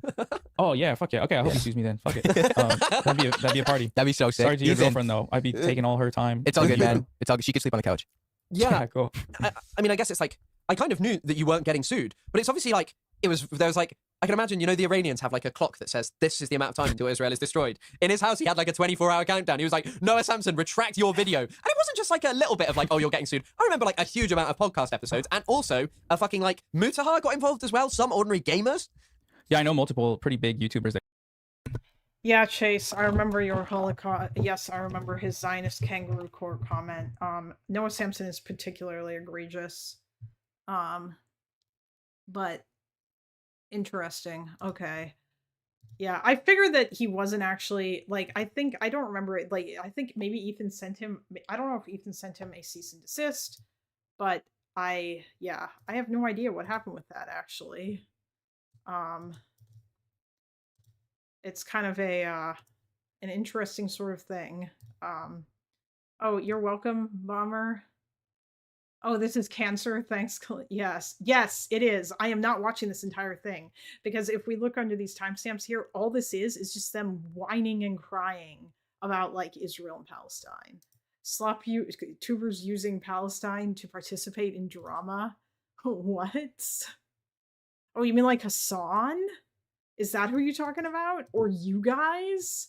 Like, I mean, the fact that like Noah felt the need to make a video about like quote unquote genocide deniers, and he just uses it as a chance to like shit on a bunch of YouTubers that he doesn't like, whilst denying Hamas's war crimes. Is that what you're talking about? Oh yeah. We don't need to continue. I imagine how bad the first part must have been. Oh, well, yeah, the is it wrong to compare Zionism to Nazism part? Yeah, I mean, obviously, I just kind of lost my shit during that.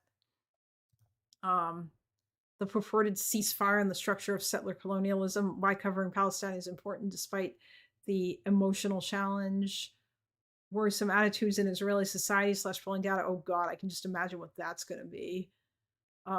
Casey Tron, coerced into compliance by Ethan Klein. Yes, the scary Jew made her do it. It's not like her lawyer advised her to settle. It's not like they went through mediation and, oh yeah, she might. Hold on, let me open Discord.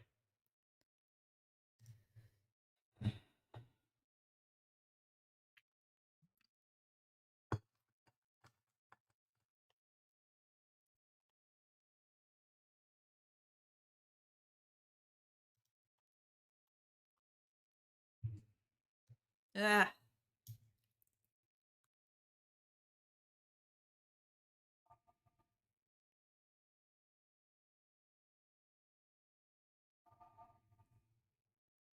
Oh, thanks, Conduit. Looks like Conduit gifted me something. For his from his Discord.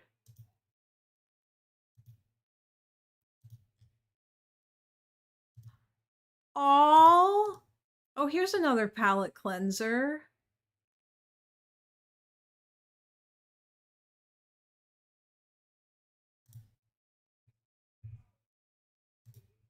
Look at this absolutely adorable baby.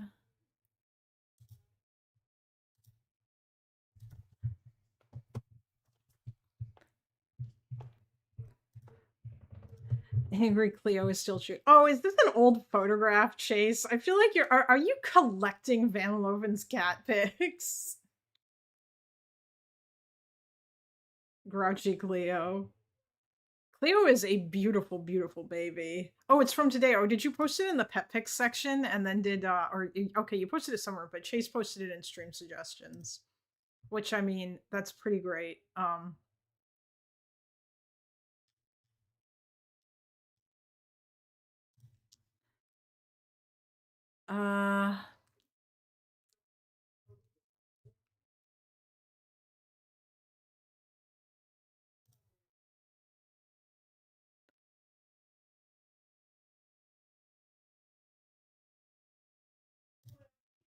The Canada Land fight has been joined by the Bad Hasbro folks. Wait, is Bad Hasbro a podcast, like a anti-Israel podcast? I feel like it must be.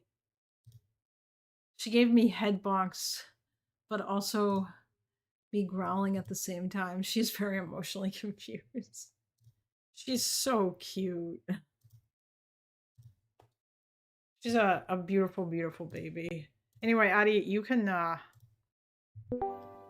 come in if you want to. It's up to you.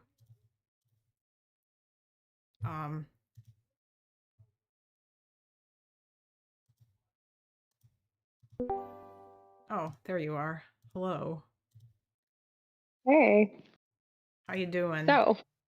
Yes. Good. After that long depressive spiel, let's talk about something that is Okay. Yeah. What were your questions? I don't remember.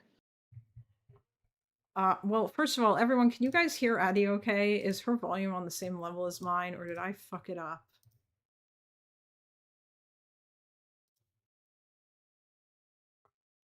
Yes? Okay, just let me know. Oh, I was gonna ask you about well, you mentioned it was about like Hanukkah and how much of a big deal it is in Israel or something. That was what was gonna come up. Oh. Yeah. Yes. Okay. So here's the deal. Yeah, it was holidays yeah. in I think you wanted to are split up into the ones that are like Shabbat like and the ones that are not. So anyone where like the rules around it have to do with like not using electricity and there's like prayers and shul and you're not allowed to work and do those kind of things, they're always going to be the ones where you'll have time off versus like Hanukkah or Purim, which are days that you are allowed to work on, and so they're automatically just not going to be like categorized in the same way. That being said, like the city is all decorated for Hanukkah, and like there's donuts everywhere, and the schools are doing like programming and stuff, but it's just a different if we had a day off for every holiday, we would not have any work days left. So That is totally fair. Yeah. Also, thank you, ZJM, for subscribing on Patreon. I don't even know if you're still here. And thank you, It's Bots All the Way Down as well, too, for subscribing on Patreon. Thank you, Euro friends. This was like an hour or so ago, but thank you. the Anyway. bullying was worth the bullying was worth it. Yes, absolutely. Yeah. Okay, that sounds really nice though. Also donuts. Donuts. Oh yeah. It's like they disappear like the day Hanukkah ends. Like truly, the month leading up, you'll find donuts popping up in every supermarket and every bakery and everything, and then now we have to wait till next year. Pretty crazy. Damn. Wait, you can't just But yeah. I mean, I'm assuming that you must be able to get donuts, but or is it more like the supermarket kind of lays them out more prominently during Hanukkah and there was lots more of them, or like they have special delicious kinds that the bakeries make and then they just immediately stop when Hanukkah's over. There's definitely that, but also like I wouldn't if I needed a donut, I couldn't just confidently walk into a bakery and get a donut randomly in Israel. But like on Hanukkah, absolutely, everyone will have a donut available. Damn. Like a normal dessert here. So we have a lot of seasonal desserts. There's Hamantaschen for Purim, and there's like different things for Pesach, and like all that kind of stuff. So yeah, just like fruits and vegetables, there's seasonal desserts here. That's pretty funny. I mean, we kind of have some similar stuff like that here, but it's very easy to get junk food. Like there are certain I remember there's like a special type of cake that was referred to as like it's like the Yule log cake that you could get that was basically Yeah. like it had like chocolate icing on it. It was like a delicious vanilla cake that kind of, it looked like a wooden log and I used to get it all the time, but then now they don't have it anymore. Which makes me sad. Yeah, it's like the Starbucks menu, like the fall menu. Yeah. Like It's like seasonal. that is really funny though. um Yeah. God But that's damn. right. Whenever people ask if like Hanukkah is a big deal or not, it depends. Like from a religious perspective, it's not one of the more like important holidays. But from like a cultural perspective, it absolutely is. And like school time is like it's like fake school those days because like everyone has to get home early to light candles and there's parties every night with family and everybody's kind of traveling and the weekends and all that. So I guess That's that's nice. Yeah. Oh, Con Radical in oh chat asks. the triangle. Yeah.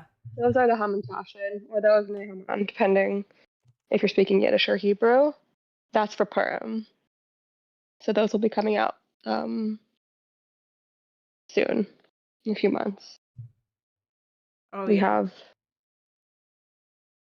a fast day coming up, and then the next one is trees, and then after that, okay, wait, guess if David shot, and then Purim, yeah, the month after that, and then Passover after that.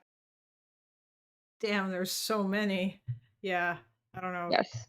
Christians basically just have like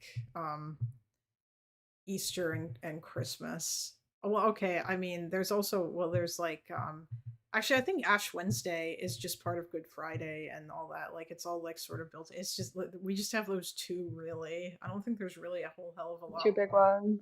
Yeah, unless I'm Yeah. misremembering. I mean, it's not like I was a super religious Catholic or anything. But That's fair. yeah, Christmas is the big one though. Everybody loves that one. Well, you guys go all out for that, you know? Yes. Like, we don't have one I would say that's like that high effort as far as like all of the gifting and all of the family and all of the socializing and all of the like it's a lot, all the things at once versus like broken up more during the year, I would say. Yeah, yeah, that makes sense. I mean, and also like Christmas is like 2 days anyway. Well, not really. It's really just like one Right. day, but like the whole holiday season is up. And on Christmas Day in particular, there's like kind of a big thing that, like you have to, when I was a kid, it was like we always had to drive to visit the grandparents and stuff, and it was always like a huge deal. Um, and we would open presents in the morning, and then we would get to open more once we got there to see all the relatives and everyone. Yeah, and it was like a big sort of fanfare thing. But that's not really, yeah. And obviously today's Christmas Eve and tomorrow's Christmas Day, and so my brother is coming home, and that's why I'm visiting my family. But yeah, it's kind of a, I mean, Yeah. it's also been I always wondered commercialized. Hmm? what was done on Christmas. I always wondered what was done on Christmas. It's, yeah, it's like it's literally just gift giving, and then like actually, people will go to mass as well, or like to church. But that's not usually a Right. thing that I will do. You know, I might actually even stream tomorrow on Christmas Day potentially, and like do more Hmm. stuff. There's And lots of shit going on in politics in this country if you need some entertainment. oh yeah, I was gonna ask, is there any funny shit happening that you can regale us with? What's This week has been absolute chaos, actually. Um, you know the whole Qatargate story background? Do you like know, did I ever explain all of that? Um, kind of something about like people were taking money from Qatar. You should, you know what? Explain it again for the chat. Maybe I can make like a I'll give you segment a out of back. this or Yeah. something. Yeah. There's so many characters. It's hard to keep track. But basically, Netanyahu is the prime minister, right? Mm-hmm. Um, he has like his like he's also the head of his political party, right? Like in that structure, and he's also like the head of the government. So he like holds multiple official roles as the head of the party and the head of the government. Now, he has these two advisors, Srulik Einhorn and Ulrich, what's his name? I'll just call him Ulrich and Einhorn. They have been with him for like I want to say around a decade, and like they like know everything. Like they're like ride or dies, but like behind the scenes people. Like these are advisors and like public relations people, like kind of help him like with his messages and stuff, like messaging and media and all of that. Um,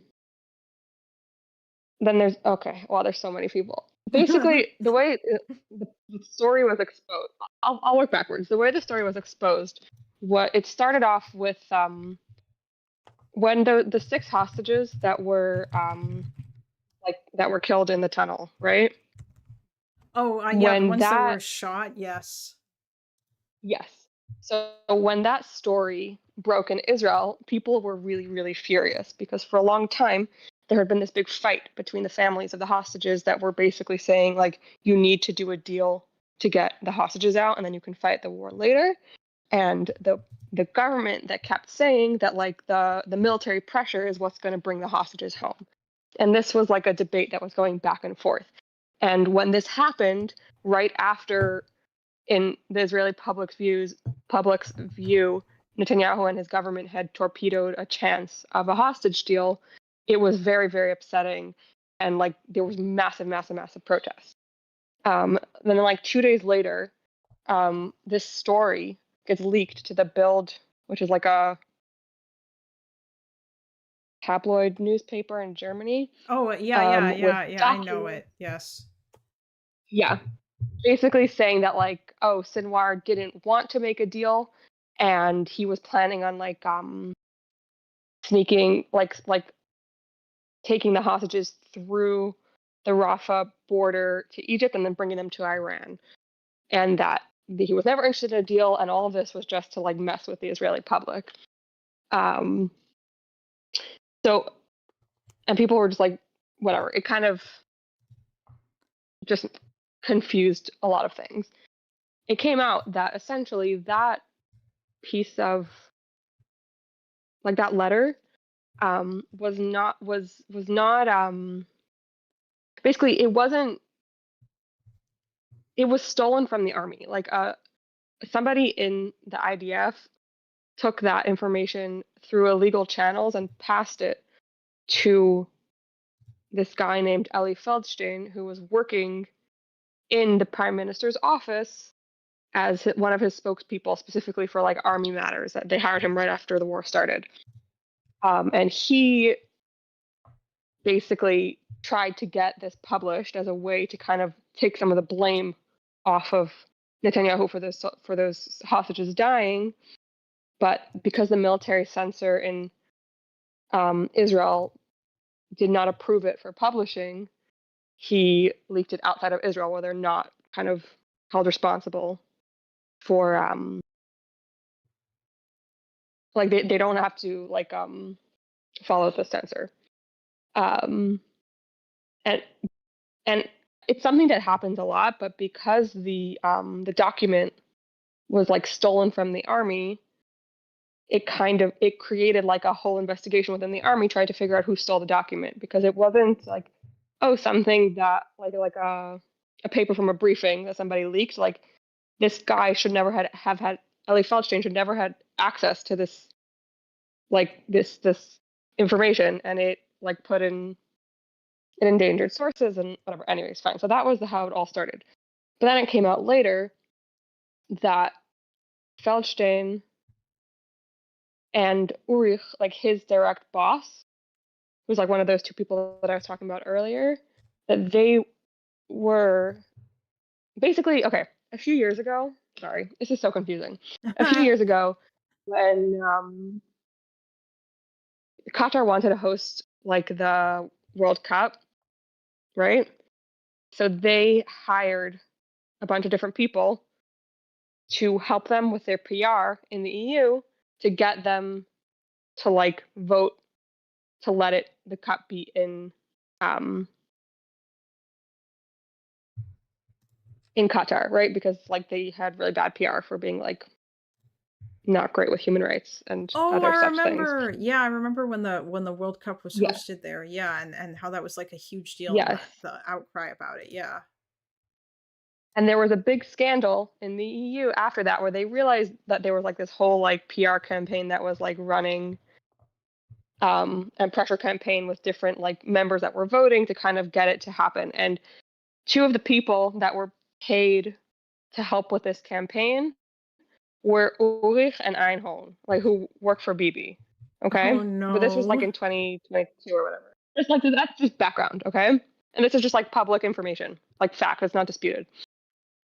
It came out after this whole story with the build that they actually were still working, like we're still receiving payments for Qatar and working for them all the way up through 2024, which is well into the war,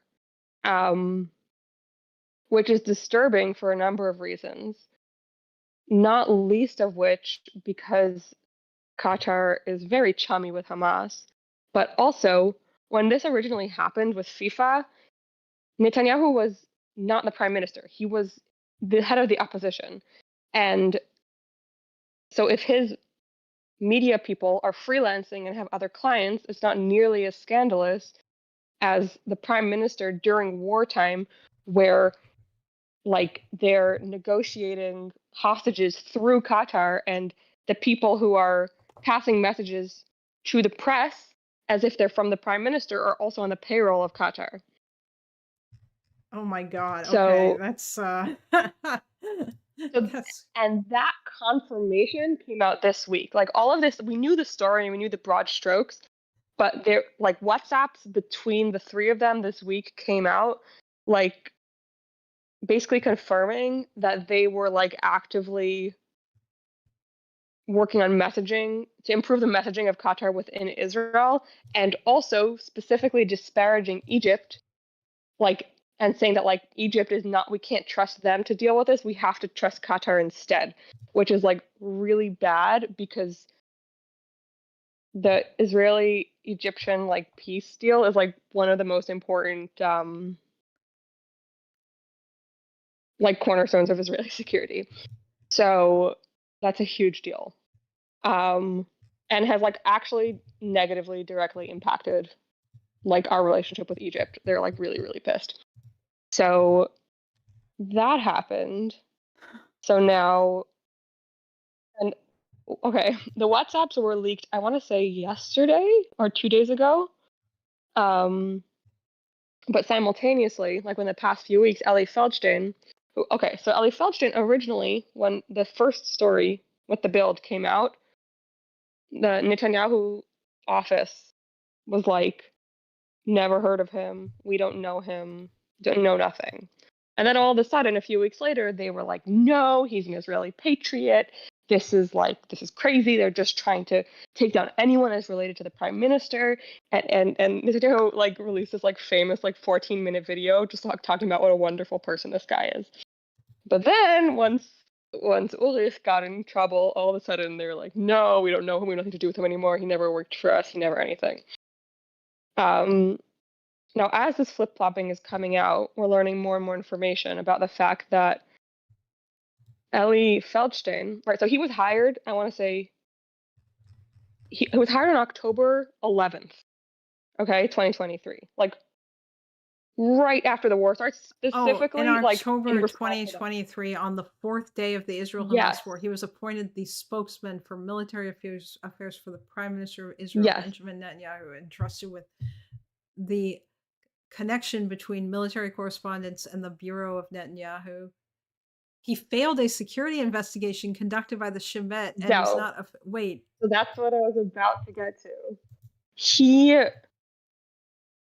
failed. Basically, at the beginning, they were trying to pay him as though he was in reserves in his job. But when that was not approved, so in order to work in the prime minister's office, you need to have a high security clearance because of the stuff that you're exposed to. And he failed his. So once he failed, they basically couldn't pay him. And so they were like, okay, we'll pay you through the Likud, right? Because I was saying how Netanyahu is both the head of the country and the head of the Likud. So they were trying to do that. Well, I was just going to say that's ridiculously fun. So it says he was not officially employed by Netanyahu. So like he had this job, but he didn't have this job. Oh my God. Okay. It gets worse. For whatever reason, the Likud couldn't pay him. And so his boss, Ulrich, tells him, there's a different guy who's just going to pass the money to you, okay? The guy who he was getting paid for is an American Jew who is a lobbyist for Qatar. Okay? Oh no. So while he's working, and the guy basically like called the radio and was like, I know everyone's making a big deal about like the intermediary who was like the Israeli who he was like the American was wiring money to an Israeli who was wiring money to Eli Feldstein to pay him for working in the prime minister's office. Which is not weird or suspicious at all in any way, shape, or form. Anyways, so Ellie Feldstein did a whole series of interviews this week, like a 3-part series, basically telling his side of the story. And simultaneously, while that was all coming out, this is when all these new WhatsApps were being released, confirming that that all 3 of them were being paid by Qatar up through 2024, months after the prime minister's office claims that Feldstein was no longer working for them. So obviously he needed to create some distractions. So there's just been so much nonsense happening. We've had Israel Katz announcing that they're going to be settling in northern Gaza and then pulling that back. They decided what's his name? Okay, the minister in charge of like culture and sports announced that they're going to create a new like Oscars sort of prize, but like for stuff that the government likes. And all of the shows that he tried to nominate like backed out and were like, nah, like we're good, please leave us out of this. Natalie Bennett's phone was hacked by the Iranians, and they're trying to make a meal out of that. And they're also passing like a political version of an investigation to like not investigate what happened on October 7th. Oh yeah, All of today. course. Of course. So, in short, it's been really crazy. And of course, the Haredim are like burning the country down at the same time because they don't want to draft. And yeah. Oh, and Tali Gottlieb's phone was hacked, and I'm really excited about that because that's going to be memes. Because she's crazy. Oh no. I So think that's wait, everything. I might have missed some stuff.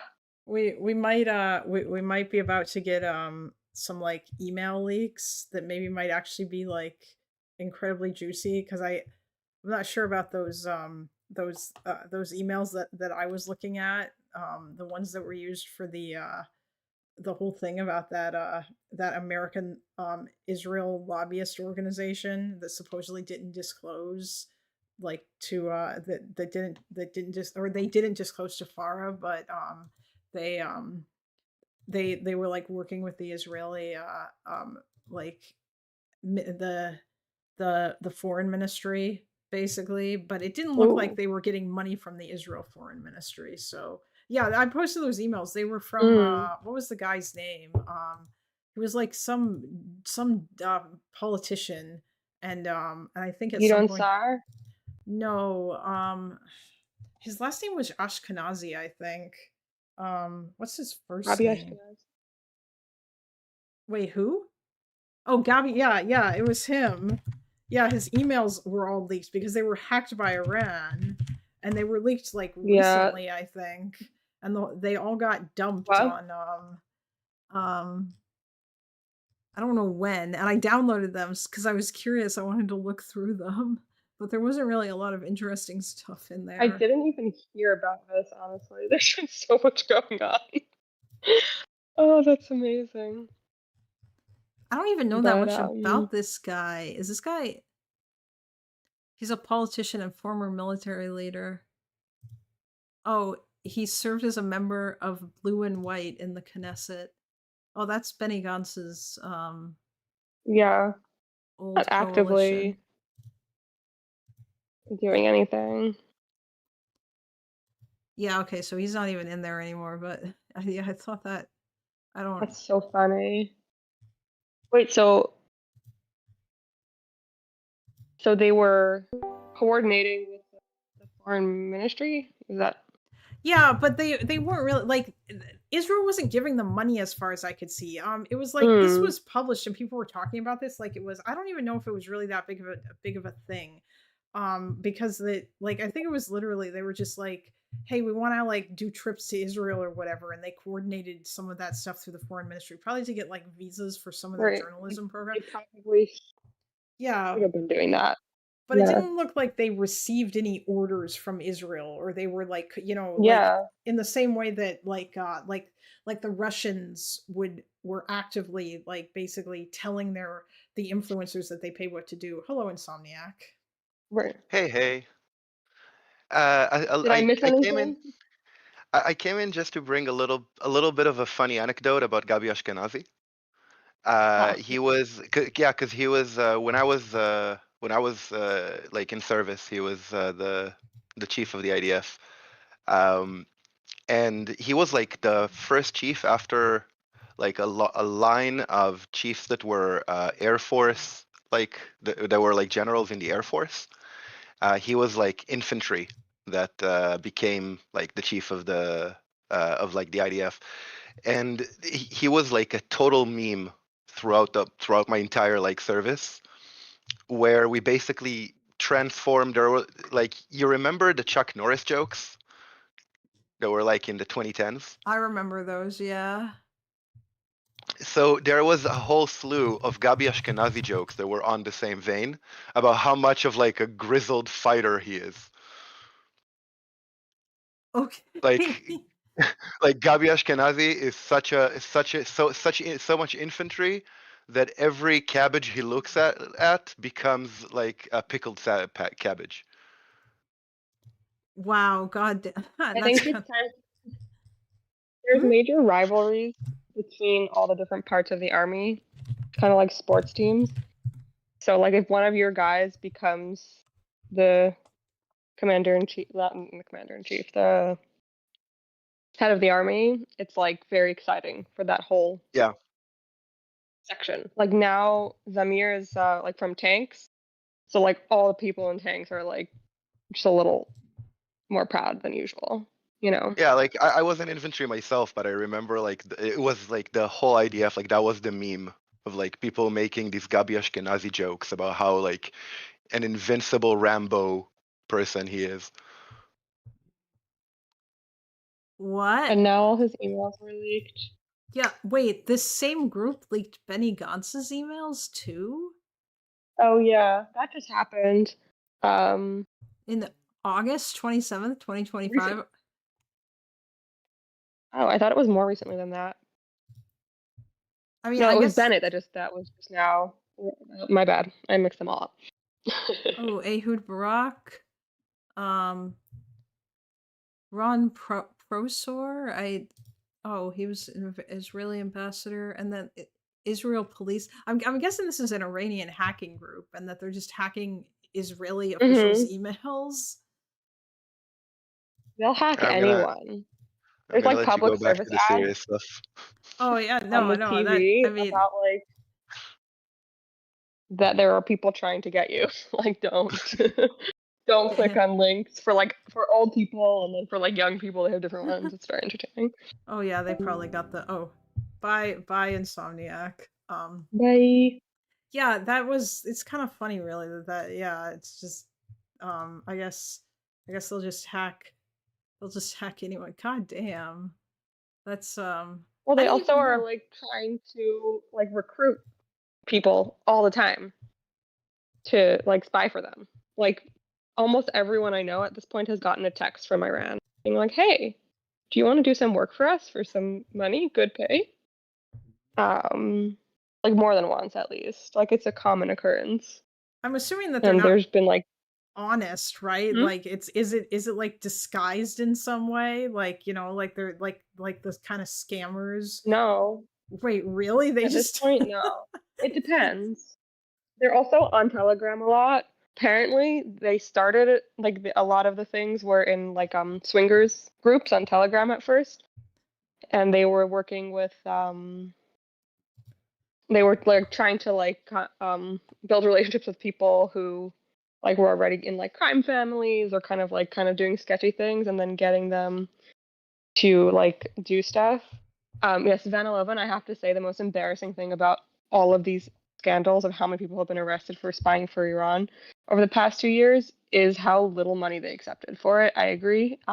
It's shocking. But recently they've just been like kind of throwing everything at the wall and seeing what sticks. And just like being like, "Hi, like we're Iran. Do you want to do some like easy jobs for like good pay?" Yeah. Wow, that's really funny.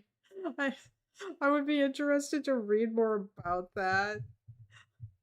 Oh, she I can send you more knows. art. It Hmm? happened. Bummer. She knows because that she and everyone she knows has like apparently gotten these texts. Yeah, like once every few weeks, there's like a story about it in the news. I'll send you the next time they cover it. Like it happens all the time. It's not even like notice how all the Israelis in chat are like, "Oh yeah, this just happens a lot." Like no one like I it just does. who is it that accepts this? Is it just like people that are like down on their luck, or is there any kind of like do they just randomly Sometimes, text people? Doesn't matter who you are. yeah. I What? think that some of them like think like, "Oh, like I'll outsmart them," because there's a Oh, lot of ads being like, "Don't think you can outsmart them. Like just report it to the police." But there's definitely those elements, but also like the things that they ask you to do a lot of the times. The first one is like hanging up like signs or graffiti that is like part of the protest movement. So people are like, if I'm doing it anyways, I might as well get a couple hundred extra shekel. And like it starts from that, and then once they have you on the hook because you were like working with a enemy state, then they can like get you to do more and more things. Oh yeah, because they can blackmail you, I'm assuming, because then they'll just say like, we're gonna tell the Israelis what you did if you decide to stop working with us or stop responding. I'm assuming. I'm guessing that that's probably what. Yeah. Yes. Hello, Funky. I have an anecdote on this. So they geolocate IDF bases and they try and catfish soldiers. I've had this done to me a few times, both of like Instagram and Telegram. They like make up like But that's also, users. That's not just Iran. Yeah. That's weird. Yeah, that's Hamas as well, but and Hezbollah. Yeah, they like make like sexy profile pictures and stuff like that, and they try and catfish soldiers. Damn. Try and get information and stuff like that. Yeah. Like there's a meme that's like the response to any of these like obviously catfishy people. It's like not today, Hamas, because like it's so just like. That is that's very funny. That's goddamn. I did not know that. That would be interesting to learn about. Like the just like catfishing. Like is it obvious? Like is it like it's one very of those... obvious. It's very obvious. And there's like an underground like cyber war that's going on. I remember in like 2016, I was stationed on the border with Lebanon, and one day like some guy came to the base from the cyber security unit in the IDF, and he was like, "We need your phone. Hezbollah has hacked it," and apparently they knew without me knowing or without any, and they took my phone for 3 days, sorted it out, and gave it back to me. So it's like the IDF and Hezbollah like fighting hacking wars without anybody knowing. You might be in the crossfires. Yeah, there's always funky shit going on. All of a sudden, like internet stops working for a few hours here or there. You're like, damn it, who hacked us this time? God damn. Credit cards don't work. It's wild. Yeah, that is pretty but crazy. The worst was the whole first year of the war. Before we started directly fighting with Hezbollah, there was no GPS in the whole north of the country because they were also using like to try and scramble from like the drones that they were trying to send. So you couldn't order like a taxi, you couldn't use like Waze or Google Maps or anything. Yeah, your self location was always at like Cairo International Airport or something. Hello, and I always got the Jordan Air. Yeah. Yeah, I was in Haifa during that time. That was interesting. It was fun, and then like randomly it would happen in the whole country, and then like all of a sudden like let's say it was always my Wolt orders. It's like the Uber Eats here, where it'd be like all of a sudden they're lost because they don't know where to go because no one can find anyone's address and you don't know where you are. It was very chaotic. Oh. Wait, and so all like, your ads on YouTube get messed up.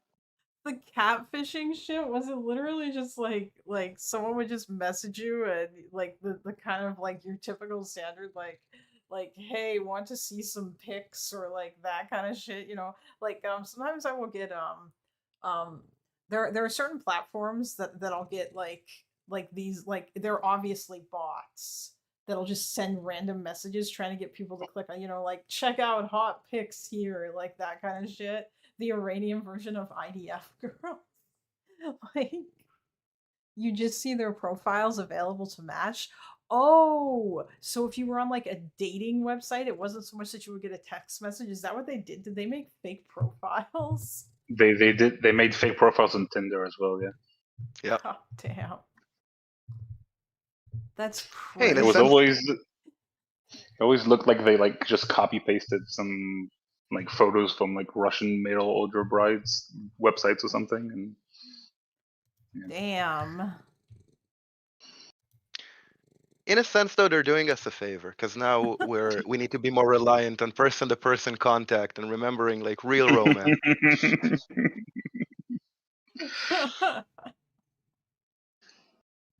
Oh man. And that's why we have bomb shelter romances instead. Yep. Mhm. During the Iran war, it was like a thing, and at least in Tel Aviv. I would- Like there was Oh, like, yeah. oh, these are like the social ones to go to, like the vibe for the different shelters, and I'm like, oh, I'm gonna go to the little farther one. I know it's a bit of a risk and a run, but like there's cuter girls there.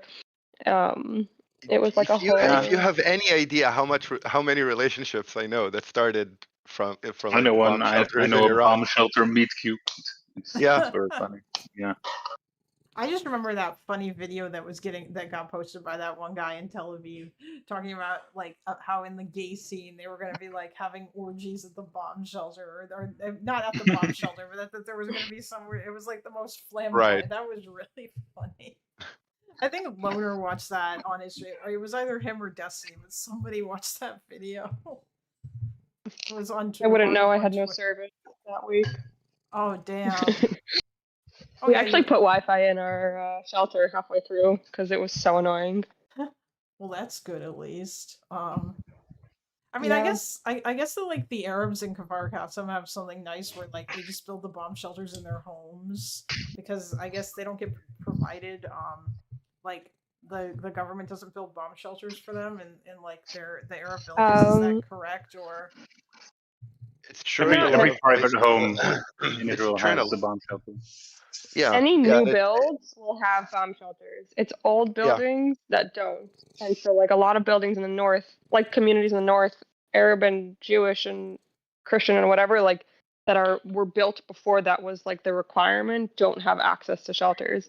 Yeah, my But town, newer like buildings- half of the buildings here were built like in the 50s and 60s. So like in 70s. So yeah, like half of them don't have bomb shelters, and there are like communal like bomb shelters like next to playgrounds and such that like the whole kind of neighborhood goes to.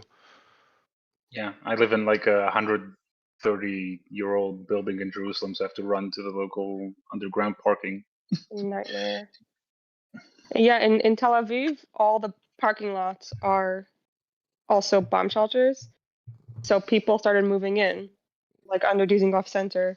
They set up like a whole little like tent area, and people built tents, and they had like a play area for kids and like a working area and all of that stuff. It was cute. Damn. Oh, okay. So newer buildings now, like apartment buildings or whatever. I guess most people probably. I'm To assuming. by code, they have to have like Yeah. a bomb shelter per apartment. It used to be per building, now it's like per apartment. Every Now it's apartment. in every apartment. Yeah. Yeah. Oh, damn. Okay, so it's everywhere. All right, yeah. So I'm guessing the reason why Kfar Qasim, why people just have bomb shelters built in their homes is because that's a very, very old village, and they don't have. I thought you guys just had communal bomb shelters where you would have to run to the shelter every time there was like an air raid or. It depends where. We do, but Okay. right, Yeah. and there's also like not adequate shelters everywhere, depending Yeah. on the timing, because the rock, like it's not like even with Iran, like we had so much time, like we had like 12 to like 20 minutes to go down because we had more of a heads up. But when rockets were coming from Gaza or Lebanon, you have a matter of seconds, and so Yeah. not every house close Yeah. enough to be able to get there. Especially And those that's like that was those poor bastards in Steyrat. I can't say that correctly. Like it's like I think Good. less than 30 seconds that they have to get to like some sort of shelter if Gaza's Mhm. shooting rockets at them. And I mean I'm I thought it assuming was 15 yeah. seconds. Yeah, 15 seconds I think to 30, something like that. Yeah, that's why But they got bomb shelters even in in, their like- playgrounds. Like There's a ton of people that don't have, like, especially elderly people who are like not super mobile, that like don't have like they don't have anything they can get to in time, so they just kind of like pray. Yeah. well the Iron The Dome has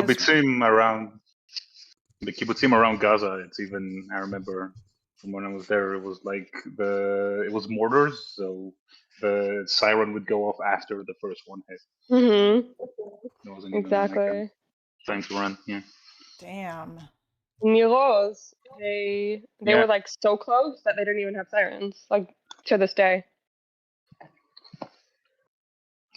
Wow. Okay. Yeah. Because Okay. I'm assuming the Iron Dome has made it better, but it can't catch everything. I'm guessing because there are lots of like, especially if they're shooting off like tons and tons of rockets.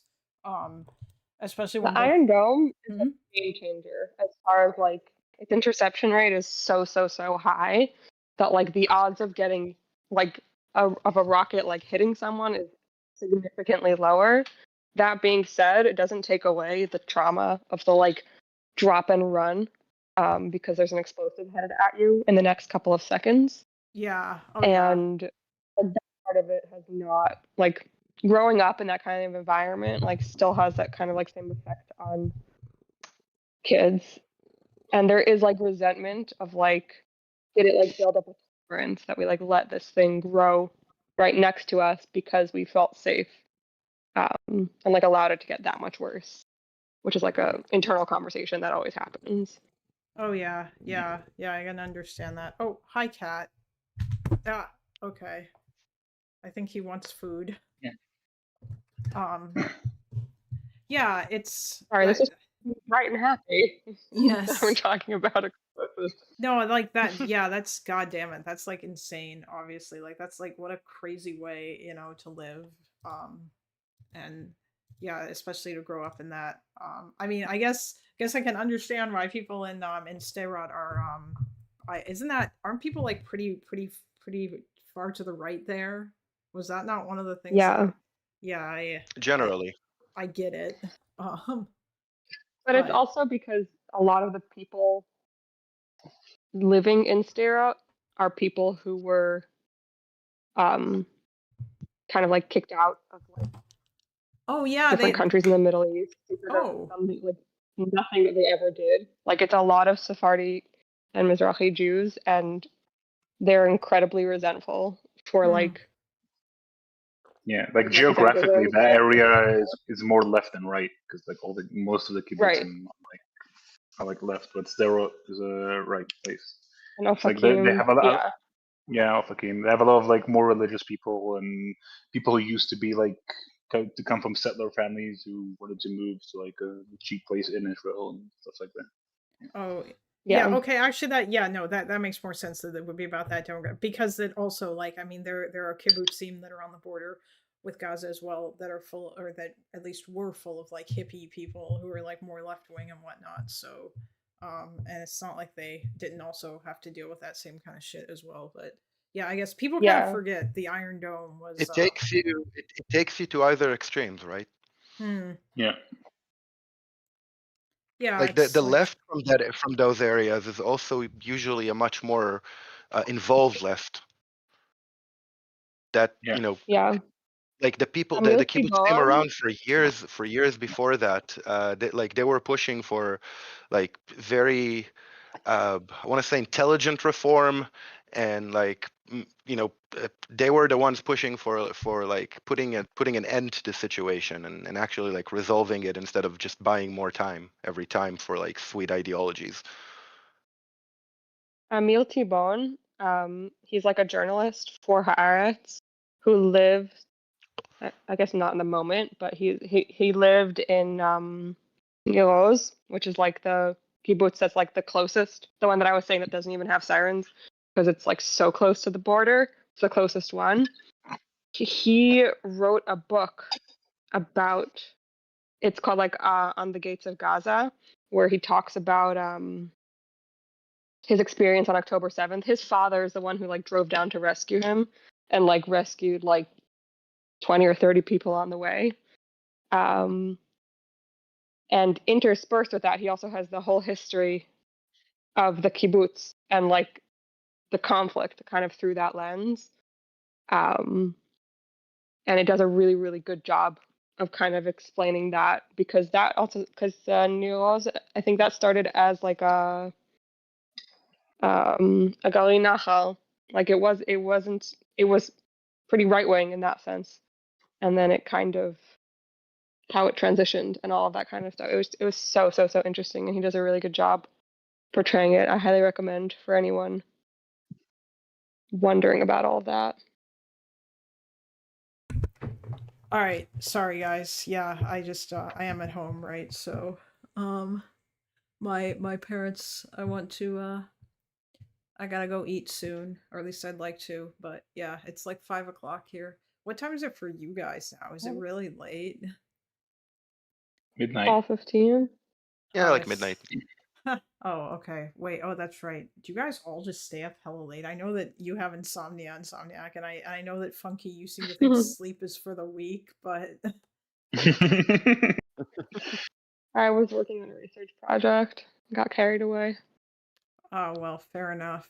Um, I don't know if I could call today's Any other stream questions? entertainment, but other questions. I'll read about this stuff that you sent because this is this is super interesting. It's kind of funny that like I did not know that although this isn't really surprising that this kind of cyber warfare would be used. I mean, it does make sense, right? That this would be a thing that any group of people would try to do. Um, yeah, like although I'm assuming that Israel doesn't like run similar operations. Oh wait, I'm no, sure there. they do. Oh, oh wait, no, there. Yeah, there was a story about female undercover Mossad agents and whatnot, and the kinds of things that they would do in order to like get to their targets and whatnot. I think I recall reading something. I think it was in Haaretz, but maybe it was in the New York Times. I don't remember. It was quite a while ago. Yeah. I don't know about catfishing, but those Iranian operatives in the 12-day war had to come from somewhere, so I guess they contact them somehow. So Oh yeah. I think that must have been a long time going. I'm guessing those like were those Israeli agents in Iran or were they spies from Iran that were working they for were Israel? Iranians, and they had like drone I mean, factories probably set up both. in Yeah. Iran, and they were yeah, majority Iranians. So Damn, interesting. and it was a large operation. They had like bases and training facilities and Hmm. factories to produce drones. Do we know what happened to Oh, them? and Oh, I was gonna say No, totally. I assume that they probably got most of them out. There haven't been any reports of anyone that's like actually been caught. Um, but I was gonna say that also this week a retired general from the Lebanese army disappeared. oh, I heard mm, about that. I And think.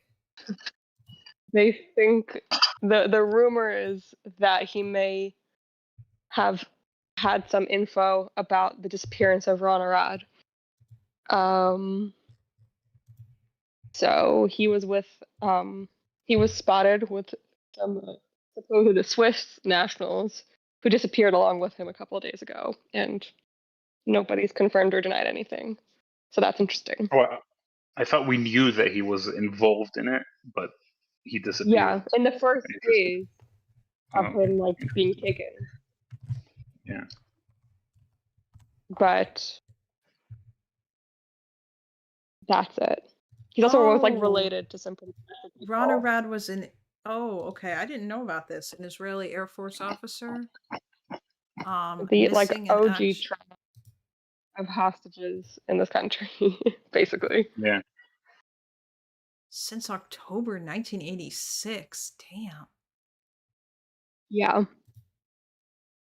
Kidnapped by One of the big things Amal. that the Yeah. It was smuggled outside of the region, and since yeah then, no one knows where he is. Like probably his remains, but yeah, no one knows where they are. yeah like they for a while he was like writing letters and they had stuff like and then they just stopped. Um, a lot of the like families of the hostages, like a big theme amongst the protests was like we're not going to have any more runner ads. Like that's like a big. That's also why like with Gilad Shalit, why there was so much pressure to like get him out because of the trauma of the story. Like that's just something that's like very um, deep in Israeli consciousness. Wow. Yeah, that is yeah, I mean like there I know there were some people that were brought back from Gaza who were being held there for like I think those Ethiopian Jews that accidentally crossed the border and they were like they weren't they in prison there for like 6 years or something. Um It was one Ethiopian Jew and one Bedouin Israeli. They were there for, I think, 11 years, 10 or 11 years. God damn. That's like, Yeah. I guess, Most like mentally ill. yeah. I guess Hamas just didn't try and like burden or like bargain with them, or did they, or did nothing happen? Oh, they did. They did, but like Also, the Bibi's government won't go to the table if there's no public pressure, and yeah. like Ethiopian family specifically was like low socioeconomic, and so Didn't really they speak Hebrew. garnered less support, and they don't really speak Hebrew well.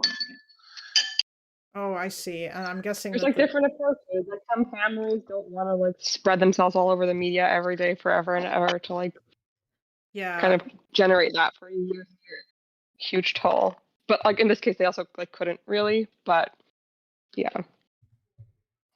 okay, yeah, I see. So there just wasn't enough of a movement to I see, and they just They wouldn't. also like crossed there voluntarily, so there's more of this. Like it's harder to kind of gin up the support generally amongst the public. Kind of, you know, like there were just different parts of the story that kind of like all contributed to that. Hmm. Yeah, Yeah. Gilad Shalit was a soldier that was killed in battle, and he was like mentally unstable. Hmm. Yeah. Like it's just a different. Damn. Yeah, that is rather sad. Yeah. The whole thing was insane. Yeah, that's right. Wasn't it 4 years for Gilad the soldier on the Lebanese camp? Wait, how long was Gilad Shalit held in Lebanon or in Gaza? It was wait, was it Gaza or was it 5 Lebanon? years? I thought it 5 was years. 5 years. 5 years. Yeah. Yeah. It was Gaza, right? And his 'Cause they family. let out Sinwar in order to free him, among others. Yeah. His brother was like in charge of the negotiations, and so he knew he was going to be freed. But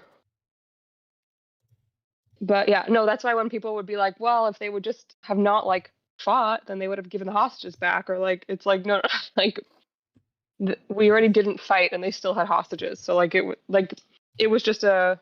I think people don't realize outside of Israel necessarily that like this wasn't a new concept, and that's why like Israelis. A lot of the process of elimination that people would have been like, oh, like did you ask them to give them back first? Like Israelis kind of were already past because like this isn't our first rodeo, even with Hamas and hostages specifically, you know? Oh yeah. Yeah, of course. Yeah, Hamas are very conscious of like this and keeping everything about the like. There were 2 soldiers who died in captivity in 2014 in the operations that was there, and we rescued their bodies like in this war, and they were kept in a very specific area. Like we got to them because we found like Hamas maps that like marked down where they were, because they kept them for future negotiations and stuff like that. Hmm. Yeah. Okay. Yeah. I Not just mean, one of them, the other was trade. you know what? Yeah, you're probably right now that I think about it, because most of the people who talk about this now, like especially a lot, don't know like much of anything about it. So they probably were not aware that like this is a long-standing tactic that Hamas uses in order to get prisoner exchanges. And that they will do it in peacetime as well. Like basically just anytime an opportunity is presented. Yeah, I believe one of the 2 like soldiers that were not alive that were taken hostage was taken during a ceasefire, like a temporary ceasefire in 2014. Yeah. An hour or 2 into it. So yeah, there's reason. Again, not to defend a lot of the crazy shit that Israel's done, but like the suspicion and the cynicism and the like needing to have a guarantee for a guarantee for a guarantee, like there's really good reason for that. Yeah. Bye, Bomber. See you guys. See you later. Yeah. That's of course. Yeah, that's understandable. There's a lot of mistrust going on here as well too. Yeah. All right. I think on that note, On that happy note, yes, on that Have a happy Merry Christmas. happy note, yes, Merry Christmas, everybody. After my depressing Merry stream Christmas. where I talked about the Holocaust in gruesome detail. um, yeah, Merry Christmas, guys. I may or may not be live tomorrow. It depends what's going on. I mean, my brother's going to be here, so probably not. Um, because, yeah, probably spend time with my family or whatever. But, anyway, it was good to get a stream. And Conduit, if you're sounds still legit. here, thanks for bullying me into making that Patreon. Yeah. Anyhow, thanks a lot, Yes, and everybody guys. like the stream and subscribe. Oh yeah, like the Thank stream. you. Yeah. And Subscribe. if you're watching and you haven't typed in chat, because you need to in order to you need to be subscribed in order to type in chat. But if you're watching and you haven't typed in chat, please subscribe if you haven't subscribed. That would be If you don't subscribe, it's anti-Semitic. yes. If you don't subscribe, it's anti-Semitic. Yeah. Yep. Iran will catfish you. Beware. Also, you'll be disappointing Jesus. Yes. Yeah, exactly. Who was a too. You Jew. don't want to. You don't want to. Yeah, you don't want to Yeah. disappoint Jesus on his birthday. And not any Jesus, baby Jesus. Very, very sad. Mhm. Mhm. Yeah, that Wouldn't would wanna be do that. sad. Don't make baby Jesus cry. Okay. Yeah. He's been through enough. True. Have a good Bye-bye. one. Yeah. Merry Merry Have a good Christmas. one. Christmas. Yeah. Bye-bye. Happy Christmas. Bye. Bye. All right, guys. Many thanks for tuning in, folks. And yeah, I may or may not be back tomorrow. Probably not. I'm probably just going to chill, hang out. I disappoint Jesus every day. First thing. Oh my god! Don't tempt me with a good time. If you don't subscribe, it ain't the vibe. Thanks a lot, you guys. And thank you to the people who subscribe to the Patreon. Yeah, once again, there is a Patreon. I will add it to the links because I guess, like, you know what, why not? And maybe I'll see what else I can do with it later. But it is an easier way to give money, so that is nice. Yeah. Anyhow, have a good one, guys. Happy Christmas. Bye.